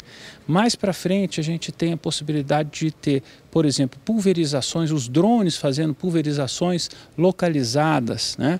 Nós temos possibilidades também de drones com auxílio de sensores mais modernos, fazerem, por exemplo, o levantamento de florestas, o inventário florestal sem a necessidade de ir dos profissionais entrarem na floresta, ou seja, só através de imagens. Enfim, tem uma série de coisas que podem ser feitas. Os equipamentos variam de 5 mil a 5 milhões de reais. No estado, o treinamento é ministrado pelo engenheiro florestal. O que comercialmente é utilizado varia entre 10 e 30 mil, que são equipamentos mais robustos que carregam sensores de alto valor agregado, né, para que a gente consiga ter essas informações. Então, ele fica mais caro de acordo com o sensor embarcado, né? Então, se é um sensor que ele consegue informações mais relevantes, ele é mais caro. Capacitação feita em 2 dias, né? Onde nós passamos toda a questão de segurança, pilotabilidade e aplicação e uso dessa ferramenta. A capacitação ela é muito importante, principalmente para que façam a utilização desse equipamento de forma segura e gere produtos de qualidade. E a partir do dia 29 de novembro, começa aqui no Canal do Boi a vitrine do boi Nelore Corte. Na oferta, touros Nelore avaliados e com uma genética desenvolvida na Fazenda São Benedito, aqui em Mato Grosso do Sul. Nós teremos agora mais detalhes na reportagem de Daniel de Paula. Vitrine do boi Nelore Corte, que o SBA mostra entre 29 de novembro e 5 de dezembro. 5 de dezembro tem um leilão, até o dia 4 é uma venda direta do que conseguiu montar de plantel a Carla Amade, do Nelore Corte, lá em Terenos. E a gente sabe que a origem dessa genética já anda metade do caminho para o sucesso comercial desse evento que nós orgulhosamente vamos mostrar. E esse personagem está aqui do meu lado, o Celso Gaiotto, Nelore Gaiotto, é uma referência não só no estado, presidente da Nelore MS que mas também em termos de Brasil. 100% do que vai à venda vem dessa genética. Deve dar uma sensação de assim, puxa, estou fazendo certinho, né? Isso é uma coisa que traz muita satisfação, realmente.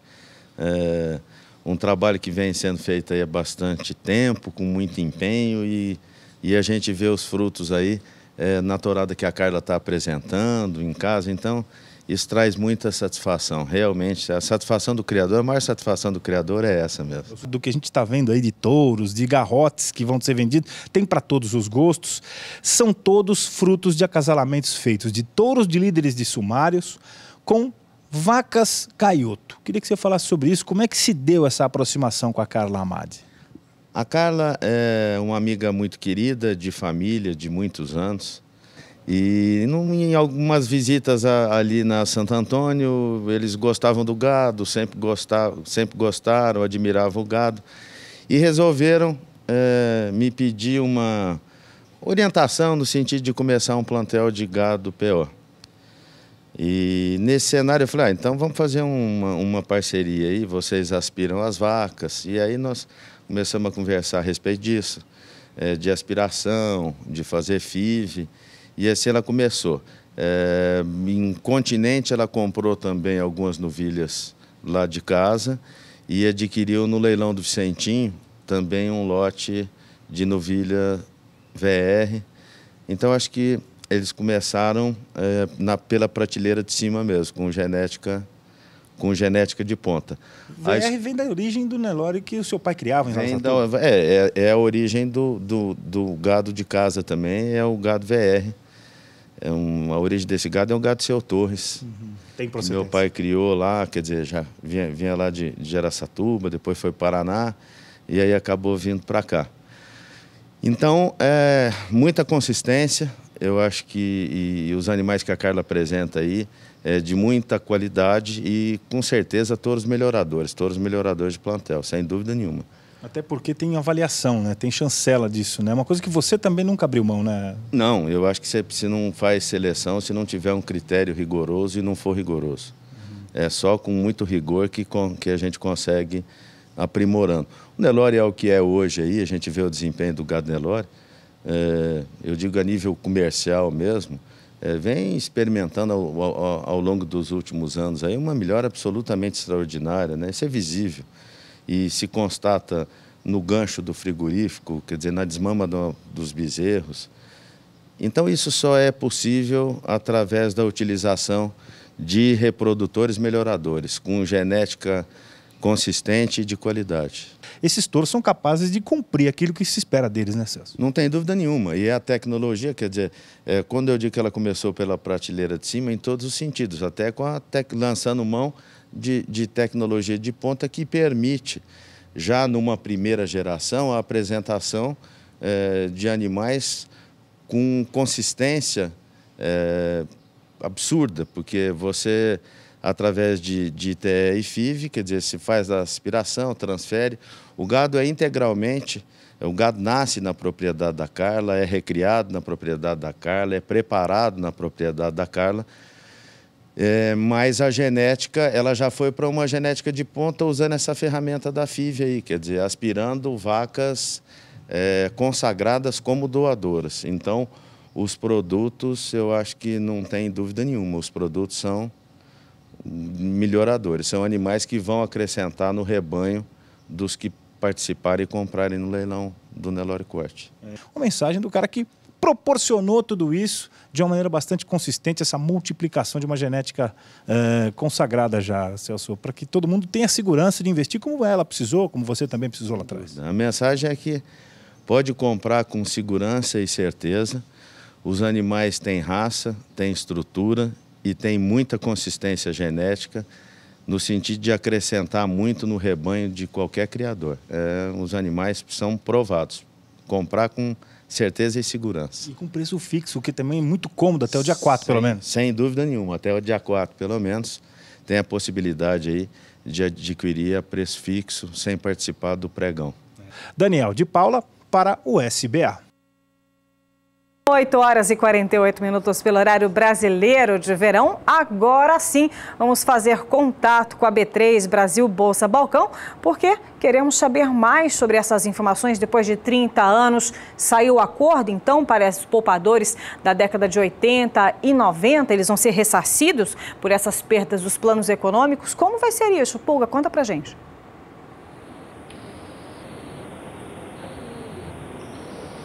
Bom, ainda é necessário uma finalização nesse acordo, né? A Advocacia Geral da União está discutindo isso com a FEBRABAN, Federação Brasileira de Bancos, e também com a Frente Brasileira de Poupadores, a FEBRAPO, né? Bom, há uma discussão sobre isso que já dura mais de 24 anos na Justiça, são quase 30 anos de debate sobre esse assunto. Bom, depois de 30 anos... Enfim, foram acertadas as bases de um acordo financeiro para a reposição dessas perdas que os poupadores tiveram nos planos econômicos das décadas de 80 e 90. O acerto finalmente foi feito pela Advocacia Geral da União, pela AGU, a Frente Brasileira de Poupadores, como eu disse agora, e a Federação Brasileira de Bancos. Agora, o valor inicial das ações é superior a 10 bilhões de reais, montante que já está provisionado pelas instituições financeiras, sendo que quase 5 bilhões de reais apenas no Banco do Brasil. Bom, a minuta desse acordo será apresentada agora, nesta semana, à Advocacia Geral da União para ser submetida, então, ao Supremo Tribunal Federal. No documento deverão constar, tome nota, os prazos definidos para as novas adesões de poupadores e a forma de pagamento. Boa parte das ações será paga à vista e a minuta também dirá acima de que valor o pagamento será parcelado. Portanto, alguns pagamentos serão feitos parceladamente, não haverá injeção à vista de dinheiro. Ainda há aspectos relevantes, o noticiário dá conta disso, que devem ser negociados em relação a como operar, né, esse acordo financeiro que foi firmado ontem, segundo fontes oficiais. Mas esse montante oficial, que já era o ponto de maior resistência dos bancos, cerca de 10 bilhões de reais, ficou definido. Cerca de 1 milhão de ações judiciais poderão ser encerradas no Brasil por conta desse acordo, que deve ser homologado pelo Superior Tribunal Federal, né, pelo Supremo Tribunal Federal. Bom, responsável pelo início dessa conciliação, né, em meados de outubro, poucas negociações, as negociações não foram abandonadas, né? Bom, a AGU, a Advocacia Geral da União, conseguiu esse acordo rapidamente. É uma boa notícia, não só para os poupadores, mas também para eliminar entraves na Justiça. Imagina 1 milhão de processos na Justiça. Tanto a Advocacia Geral da União como a Frente dos Poupadores divulgaram uma nota informando que chegaram a um consenso sobre as condições financeiras para nortear esse acordo que vai encerrar disputas judiciais. Agora, é importante ressaltar que o presidente Michel Temer foi informado do desfecho desses entendimentos e celebrou o fato desse acordo representar aí uma injeção de recursos na economia no próximo ano. Esses 10 bilhões de reais, na volta que faz às mãos dos poupadores, deve correr o mercado e ser visto com bons olhos pelo governo federal. E a medida provisória do Fundo Rural, se não for votada, só tem uma alternativa, um novo projeto de lei. Descrentes de que o Congresso Nacional vai conseguir votar a proposta daquela medida provisória que parcela as dívidas do Fundo Rural, né? Do Fundo de Amparo ao Trabalhador Rural, a bancada ruralista já trabalha hoje com outra alternativa caso a medida provisória caduque, vamos dizer assim, né? Ela prevê o parcelamento de dívidas dos produtores com o Fundo Rural, mas há uma exigência de que deve ser aprovada até hoje. Caso contrário, ela perde o seu valor, perde o seu vigor. Então, não teremos mais essa possibilidade, é necessário um novo projeto de lei. A deputada Tereza Cristina, no Mato Grosso do Sul, considera que a alternativa mais provável é mesmo um projeto de lei. Ela disse que seria basicamente o relatório dela com algumas alterações. Caso se concretize, a bancada ruralista vai trabalhar para aprovar o requerimento para a tramitação urgente desse projeto de lei na Câmara Federal para que ele possa ser votado ainda este ano na Câmara e no Senado. Portanto, já é dado quase como certo que essa medida provisória do Fundo Rural termine por perder mesmo seu valor. Já há uma movimentação nesse sentido. De outro lado, o deputado Nilson Leitão, lá do Mato Grosso, que é presidente da Frente Parlamentar Agropecuária, ele defende que o governo edite uma nova medida provisória do Fundo Rural. Ele disse que não conversou ainda com o presidente Michel Temer, mas não vê outra alternativa, é necessário uma nova medida provisória, ou seja, não foi possível votar a tempo, não terá valor. Os deputados já, vamos dizer, assumem que não teremos a aprovação dessa medida provisória do Fundo Rural que parcela para os devedores, para os inadimplentes, né, para quem está em atraso com o Fundo Rural e facilita, né, o pagamento dessa dívida. É esperar para conferir, já que continua esse problema com o Fundo Rural. Bom, enquanto isso, o que acontece bem distante daqui, você acompanha comigo agora o movimento no mercado financeiro internacional para que tenha uma noção do que ocorre no mundo e do que pode influenciar os negócios no Brasil. Começando pela Ásia, as bolsas da Ásia fecharam em alta, exceção a Tóquio e Hong Kong que recuaram. Você tem na tela do seu televisor Tóquio com queda muito leve também, de 0,04%. A bolsa de Hong Kong recuou muito pouco também, 0,02%. Xangai subiu, Shenzhen subiu, Seul tem um índice Kospi também em alta. E o que acontece na Europa nesse momento? Bom, na Europa, no aguardo de uma reunião que quinta-feira ocorre dos países exportadores de petróleo, portanto, haverá uma discussão sobre a oferta maior ou menor de petróleo no mercado mundial. Todo o mercado financeiro aguarda essa reunião de quinta-feira para melhor se posicionar. Mas veja o que está ocorrendo lá na Europa neste momento. As principais bolsas da Europa operam em alta contra os negócios. Com o índice DAX na Bolsa de Frankfurt sobe 0,33%, Londres sobe 0,5%, Paris sobe também quase 0,5%, Madrid tem alta de 0,43% e Milão tem alta de 0,31%. Enquanto o mercado lá fora vai em alta, né? Vai operando em alta, aqui a expectativa não é das melhores, não. Nós temos a perspectiva de que voltaremos a ter um movimento de baixa. Aliás, nos Estados Unidos também já há um mercado com leve tendência de queda. Agora, a Bolsa Brasileira já reduzia ontem a sua pontuação, caía 0,13%. Veja, nossa Bolsa recuava para 74.058 pontos, recuava mais um pouco. Nós continuamos com um movimento de queda aqui, né? Depois de cair mais de 1% pela manhã, terminou até com uma queda leve ontem, né? Mas o nosso índice Bovespa recuou, como você vê, mais um pouco e a expectativa é de que continue sob pressão. Não há notícia que faça com que a Bolsa reaja rapidamente, ainda mais enquanto não temos perspectivas de aprovação da reforma da Previdência. E o dólar? Bom, o dólar caiu após o presidente da Câmara indicar que a reforma da Previdência poderá ser votada ainda neste ano. Bom, veja o que ocorreu com o dólar no fechamento de ontem. Dólar comercial a R$ 3,22, recuou 0,40%, ou seja, valorização para o real, diante da perspectiva de aprovação da reforma da Previdência. O que muitos deputados e senadores não acreditam, né? Muitos não acreditam nessa possibilidade rapidamente, portanto, o dólar vai ao sabor das especulações. E essas são as principais informações até este momento. Daqui a pouco eu volto para falar sobre destaques do dia para você que acompanha a programação do Canal do Boi. Elaine, Antônio. Muito obrigada, Pogo. Então, daqui a pouquinho ele retorna com mais informações na sua manhã. Antônio Gustavo, é com você. Elaine, assuntos como holding familiar e sucessão familiar são assuntos muito frequentes no meio rural. Isso porque tem muitos jovens que têm dúvida com relação se vão continuar ou não na atividade rural, se vão permanecer com a atividade que a família já está exercendo. A repórter Annelise Nicolotti conversou com uma economista, doutora no assunto, que fala mais sobre a sucessão familiar. Confira a reportagem. Sucessão familiar é um assunto que vem sendo bastante discutido no meio rural, ou pelo menos deveria. Mas como tornar esse processo menos traumático? É o que a gente veio conversar com a economista e doutora em desenvolvimento rural, Cláudia Prudêncio de Mera. Cláudia, o que vocês têm acompanhado, especialmente aqui no Rio Grande do Sul, na região noroeste, quando o assunto é sucessão familiar? Bom, Annelise, a gente percebe que durante nossas pesquisas aqui na região do Alto Jacuí, principalmente, quando se fala em desenvolvimento rural, dois assuntos vêm à tona: a gestão ou a falta da gestão da propriedade rural e a sucessão rural, né? Principalmente na agricultura familiar e principalmente também na atividade leiteira.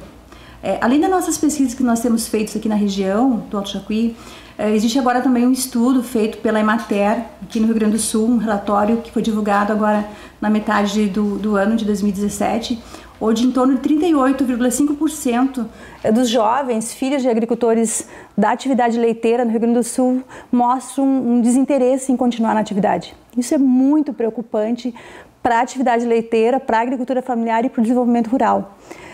Mas dentro desse tema, a gente percebe, dentro das pesquisas, conforme você perguntou, a gente percebe aí dois vieses, né? 2 caminhos.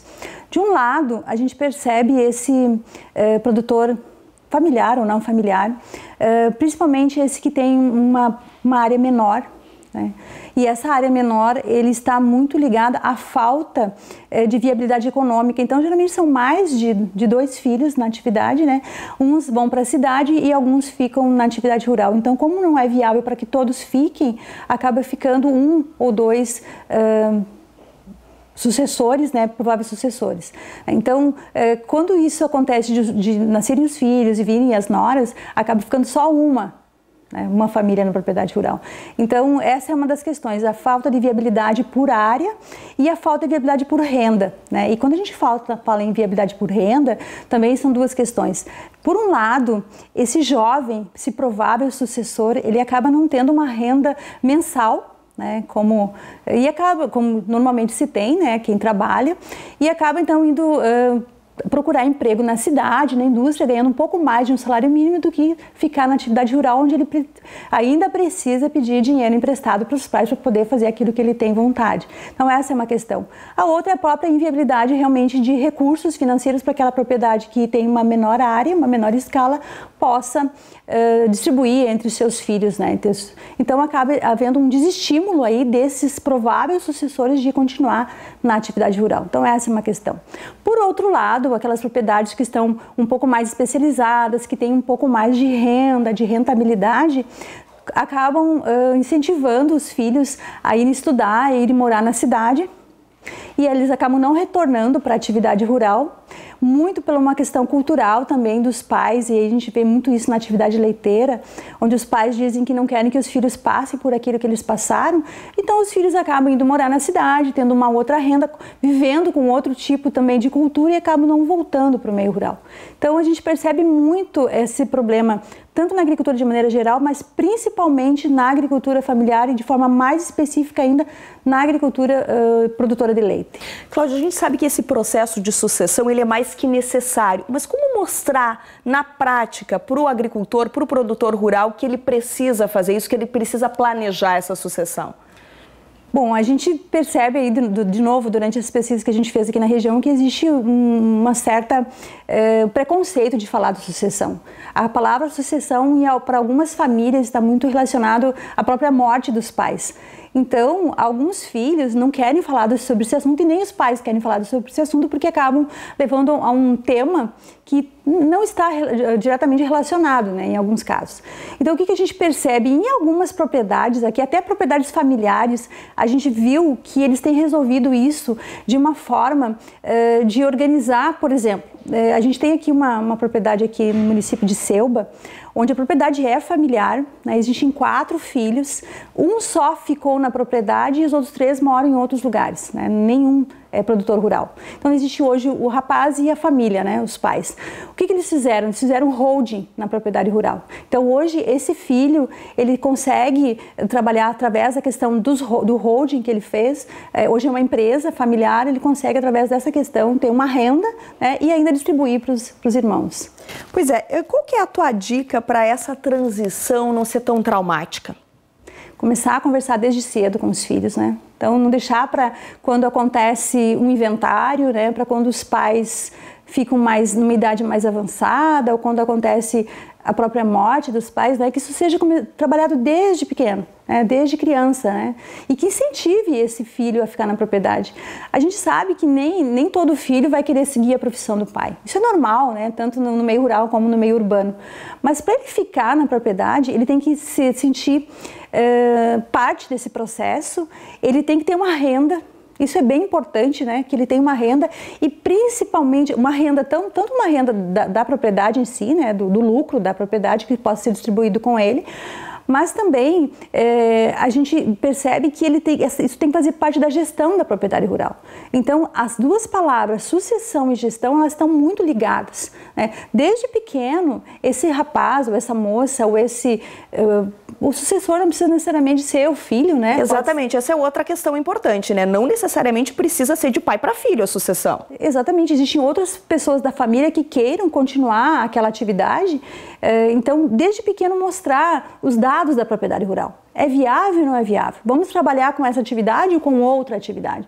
Então, para eu saber se é viável ou não é viável, para eu saber como conseguir renda dentro da propriedade rural, eu preciso fazer a gestão da propriedade rural. Eu preciso saber o mínimo, né, que eu tenho de custo, o que eu tenho de lucro, o que eu tenho de retorno para poder continuar na atividade rural. Nenhum jovem vai querer continuar no meio rural onde ele não tem renda, né? Esse é um dos fatores. Então, uma das dicas que a gente dá, e não é nem dica, é resultado de pesquisa, né, pelo que a gente já viu aí na região do Alto Jacuí, sem gestão da propriedade rural, dificilmente haverá sucessão. O jovem não quer continuar no meio rural se ele não sabe o quanto que ele ganha e o quanto que ele poderá ganhar e que alternativas ele poderá ter para aquela atividade que naquele momento, porventura, estiver dando prejuízo. Gestão e planejamento. Exatamente. Muito obrigada, professora, pela tua participação, pelas tuas dicas aqui falando sobre sucessão familiar. A gente volta aos estúdios do Bom Dia Produtor.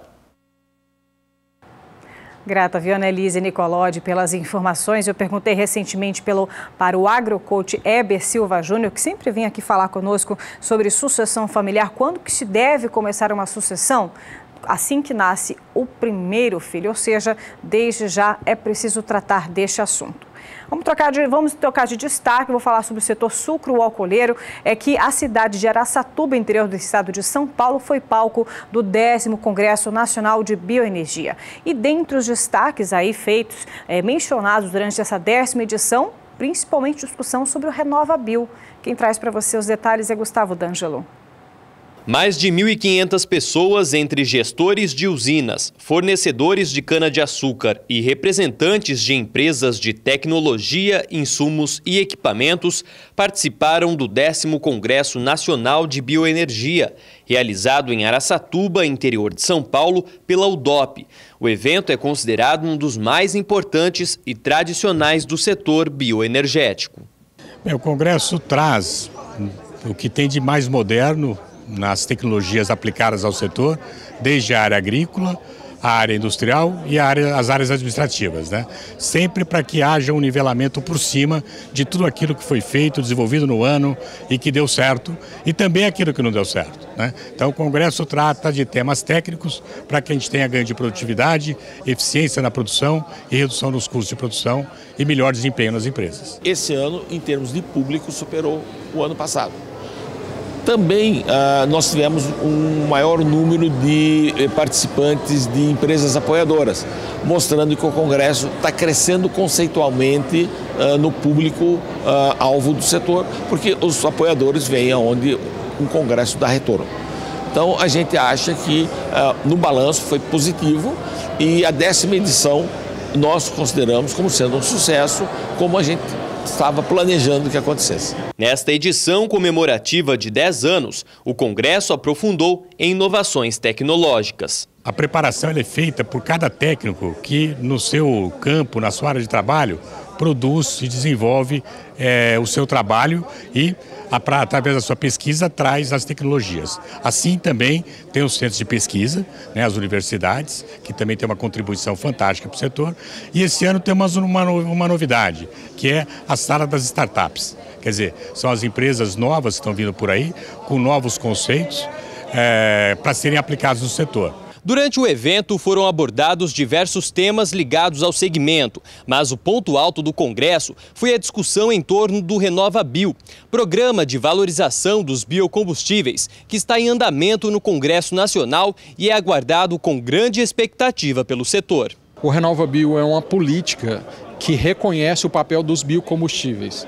Isso significa que é uma valorização no papel de biocombustíveis, na sua capacidade de gerar energia em relação à sua capacidade de reter gases do efeito estufa. Que é um modelo que preconiza eficiência e redução das emissões para garantir que as gerações futuras elas vão viver nesse planeta de uma forma harmônica e sustentável com o ambiente, com temperaturas mais adequadas, emitindo menos gases de efeito estufa. Então, o RenovaBio, ele tem o propósito de ser um direcionador da matriz energética equilibrada pelo crédito de carbono. Eu diria que o desafio é mundial, o Brasil tem o dele e nós precisamos caminhar aceleradamente para isso. E o RenovaBio, ele vem indicar esse caminho para o Brasil. Gustavo D'Angelo para o SBA. O RenovaBio, grande aposta aqui para o cenário brasileiro. Hora de intervalo comercial. E voltamos daqui a pouquinho com informações direto da B3 Brasil Bolsa Balcão. Elaine, os empresários do agronegócio estão mais otimistas com relação à economia brasileira. E detalhes você terá daqui a pouco com Walter Puga Júnior, direto da B3. Fique por aqui. 9h11. Bom dia, produtor, de volta na sua manhã de terça-feira. E nós vamos conhecer agora um recanto na área urbana aqui de Campo Grande, no Mato Grosso do Sul, onde a preservação ambiental é prioridade. É o recanto do Prosa. Você vai ver detalhes na reportagem de Kylie Rodrigues.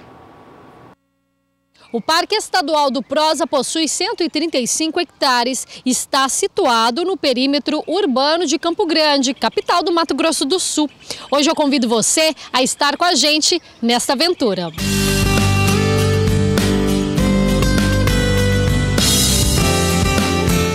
O local, criado primeiramente como reserva ecológica do Parque dos Poderes em 1981, foi levado à categoria de Parque Estadual do Prosa, PEP, através de um decreto estadual, publicado em 2002, quando foi estruturado para visitação. O parque representa um importante instrumento para ser usado na sensibilização do público, que durante as visitas tem uma aula de conservação ambiental. Para conhecer o lugar, nós acompanhamos uma turma que logo cedo já esperava o guarda-parque responsável por nos conduzir. Beleza? Na entrada, uma pausa para as apresentações e recados, que auxiliam na segurança dos visitantes. Nós temos tamanduás, né? Nós temos coatis, cotias, né? Nós temos serpentes, né? Jiboias, jararacas, né? E nós temos e todas essas espécies estão vivendo em harmonia aqui dentro do parque. Tudo feito, vamos iniciar o passeio, que começa com uma trilha no meio da mata. A cada parada, uma explicação. Quando a seiva entra em contato com oxigênio, né? O ferro oxida, né? E forma óxido de ferro. Mais à frente, olha os moradores que encontramos, uma família de coatis. Aqui uma fêmea toma conta do que se diria ser uma creche, enquanto uma outra sai à procura de alimentos. Continuando, as placas identificando as espécies das árvores fazem parte do percurso. Fim da trilha, chegamos nesta área que impressiona. A qualidade é de água mineral. Outra curiosidade do manancial é que ele faz parte do aquífero Guarani, principal reserva subterrânea de água doce da América do Sul. Explicação para a coloração da água. Contribuindo com a preservação dos recursos hídricos, até mesmo a logo do parque tem o seguinte significado. O tronco na cor azul representa o encontro dos córregos Desbarrancado e Joaquim Português, que formam o córrego Prosa. A copa da árvore na cor verde representa a área do Parque Prosa. Se os adultos se impressionam, imaginem essa turma que desde cedo já traz na consciência a importância da preservação. Dentro do parque existe o CRAS, Centro de Reabilitação de Animais Silvestres. Aqui, eles estão sendo tratados para, assim que possível, voltarem à natureza. Também está sobre a responsabilidade do IMASU, Instituto de Meio Ambiente de Mato Grosso do Sul. Ele foi instituído em 88 com o objetivo de recuperar, de reabilitar animais silvestres que sofreram alguma violência, animais vítimas do tráfico, animais vítimas de atropelamento, animais resgatados em áreas de queimada, animais que saíram do habitat natural e foram parar na cidade. Há animais que não se recuperam. Estes ficam em uma fila de espera. O destino geralmente é algum zoológico. Alguns estão aqui já tem um tempinho. Muitos não conseguiriam mais sobreviver na natureza. Este biólogo natural da Espanha analisa a iniciativa como um exemplo de preservação das espécies e do cerrado brasileiro. Acho que é muito interessante e muito legal. Uma área de conservação dentro do interior da cidade. Eu nunca vi um lugar tão bem preservado e tão grande que esteja dentro de uma cidade. É muito legal. E o passeio é muito bonito.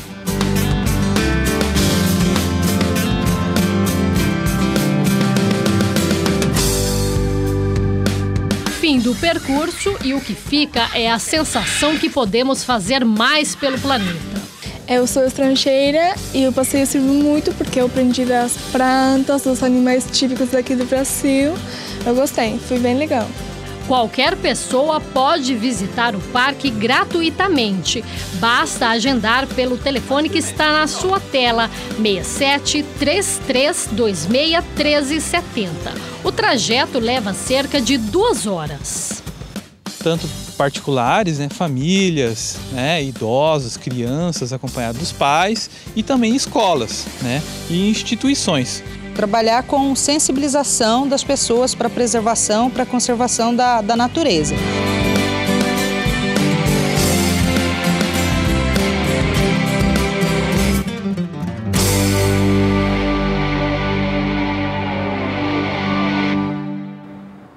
Preservar para manter. Se você é aqui do estado de Mato Grosso do Sul e vai dar um pulinho até a capital sul-mato-grossense, que tal fazer essa visita ao Parque Estadual do PROS? É uma ótima programação, um ótimo roteiro para toda a família. Vamos falar agora sobre clima e clima na região norte do país, onde também, seguindo a região sudeste, pancadas de chuva também nos próximos dias, o que deve garantir maiores condições boas condições na umidade do solo e, consequentemente, para as pastagens. Juliana Rezende traz detalhes para a gente. As últimas chuvas na região nortista ficaram concentradas na faixa mais a oeste, mantendo a umidade do solo bastante elevada aqui entre o Amazonas, Acre, Rondônia também. Então, nessas regiões, os pastos ainda conseguem manter bom ritmo de crescimento.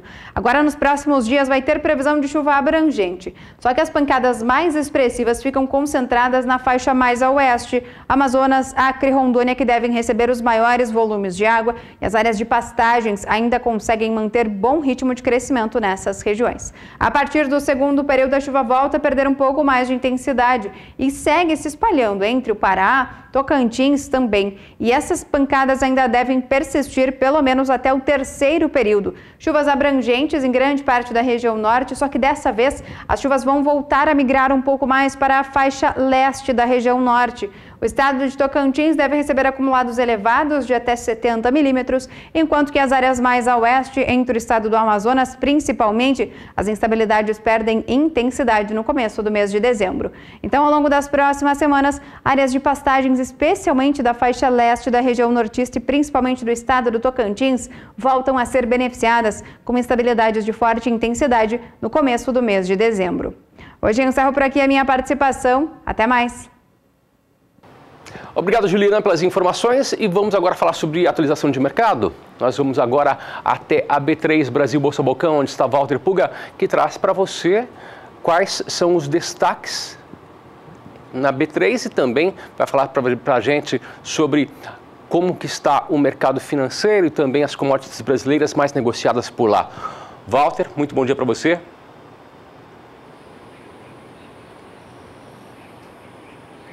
Olha, Antônio, nós temos aí destaque no mercado de café. A Bolsa de Londres ontem teve perda para café robusta lá. Acompanhou, na verdade, o mercado do petróleo, segundo agências internacionais.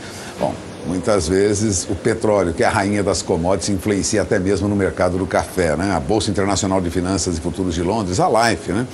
Onde se negocia grande quantidade de contratos futuros de café robusta, encerrou as operações nesta segunda-feira com preços bem mais baixos, né? Aliás, as cotações atingiram os patamares mais baixos para a cotação do Robusta nos últimos 16 meses. As cotações foram pressionadas, na verdade, por vendas especulativas de contratos futuros de café Robusta, seguindo aí o desempenho negativo no mercado de petróleo. Bom, a entrada de uma grande safra de café Robusta no Vietnã contribui mesmo para a pressão sobre os preços do café Robusta no mercado internacional. As informações são de várias agências de notícias, entre elas a agência Reuters e agências internacionais de notícias que acompanham o mercado lá em Londres.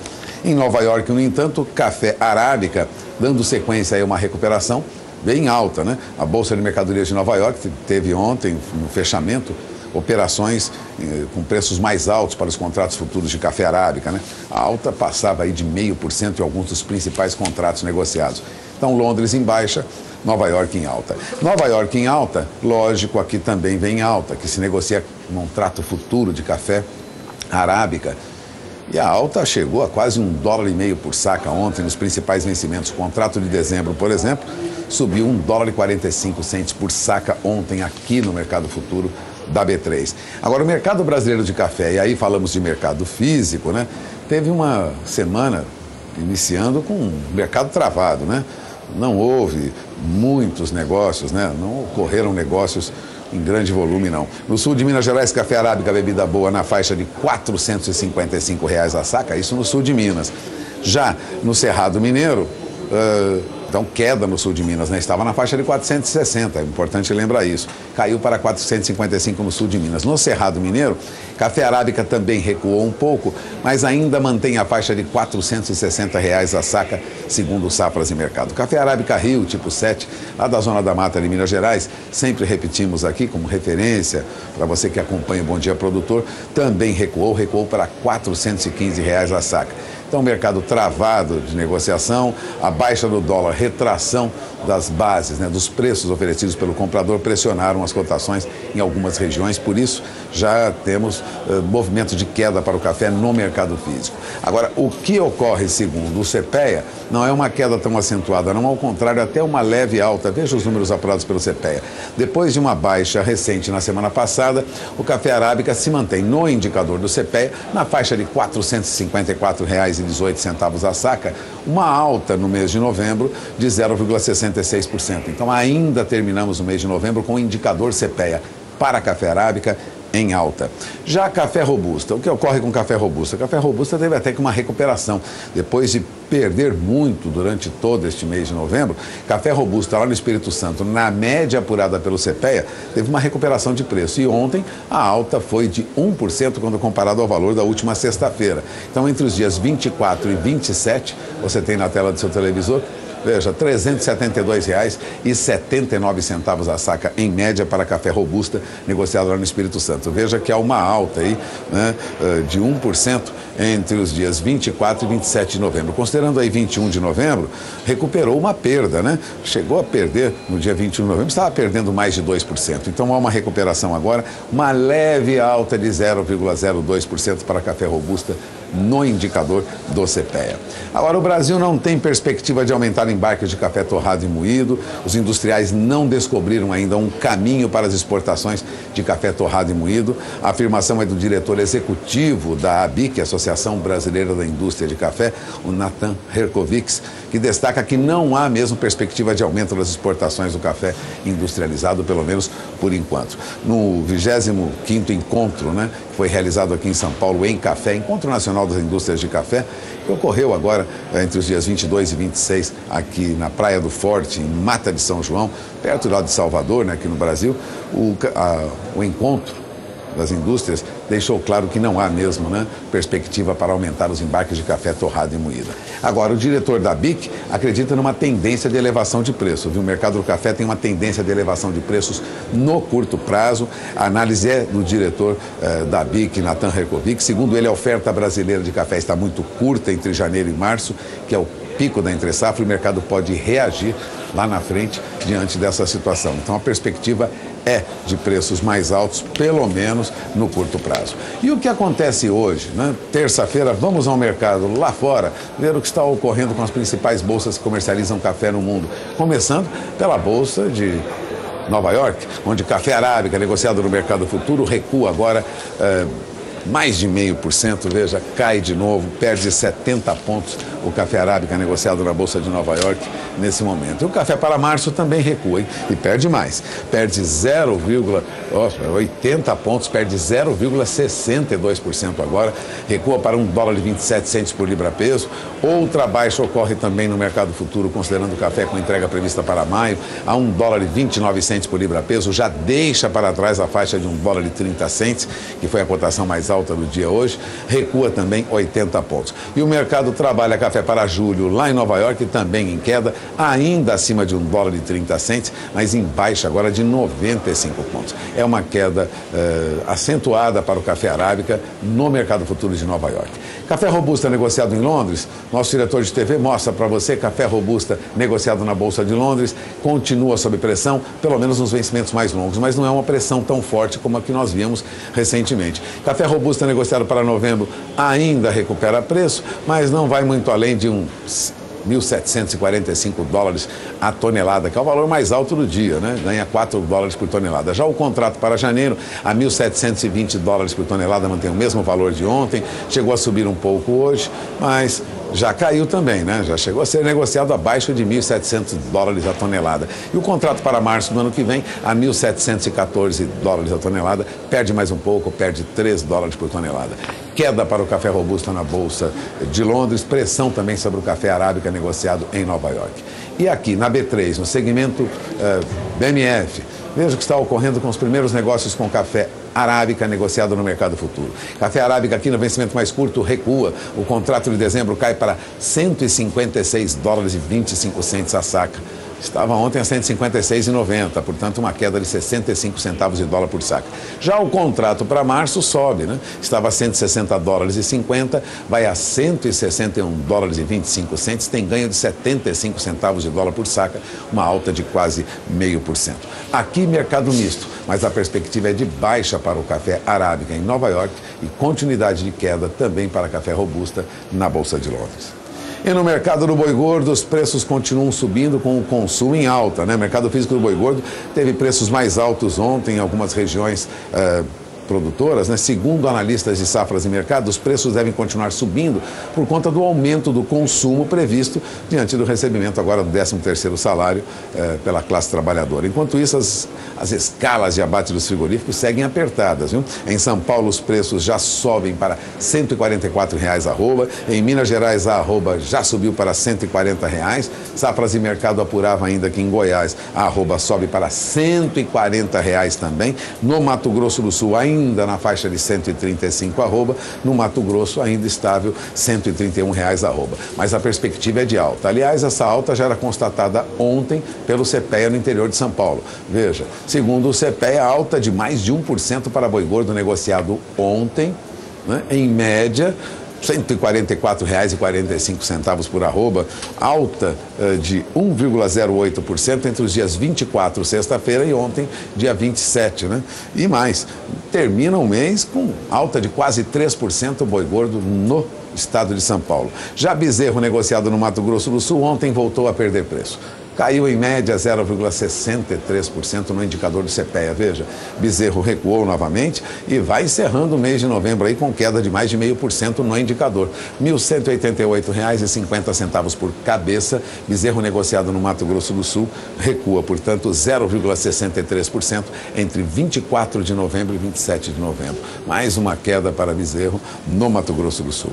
Aqui, no mercado futuro, ontem nós tivemos mercado misto, mas alguns contratos ganharam um pouco. Boi gordo aqui teve alta. Vencimento mais curto, novembro, teve alta de 30 centavos de real por arroba. Os primeiros negócios nesta terça-feira você tem na tela do seu televisor. Hoje, 28 de novembro, mercado do boi gordo reage, hein? E o contrato de novembro vai a R$ 143,55 a arroba, sobe 0,28%. Mercado trabalha boi gordo para dezembro também em alta, alta de quase 0,5%, vai agora a R$ 148,00 a arroba. E essas são as principais informações até este momento. Antes de encerrar, vamos rapidamente para o dólar. Antônio, Elaine, acompanhe comigo. Olha, o dólar R$ 3,22 mais 60, sobe de novo, sobe 0,18%. Dólar recuando abaixo de 13,20, não há expectativa, pelo menos no curto prazo. A perspectiva é de que se mantenha acima de R$ 13,20 e até R$ 3,25 neste final de ano. Eu encerro por aqui minha participação e amanhã nós voltaremos ao vivo da B3 com mais informações para você que acompanha Bom Dia Produtor. Elaine, Antônio. Obrigado, Walter, pelas informações. Walter Puga, que volta amanhã juntamente com a gente, né, Elaine? Amanhã, às 7h15 da manhã, estaremos de volta com o Bom Dia Produtor, com muita informação na sua manhã.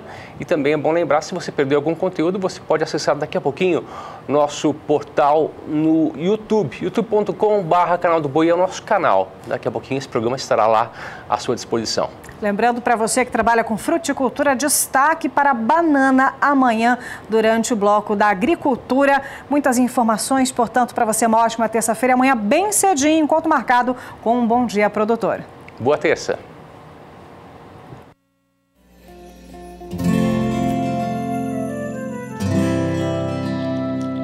Acorda que o galo já cantou e o sol já vem fazer brotar mais um novo dia. Lenha no fogão, café pra esquentar e a bicharada no quintal. Horta pra molhar, tira leite no curral, arreia o cavalo, tem gado pra campear.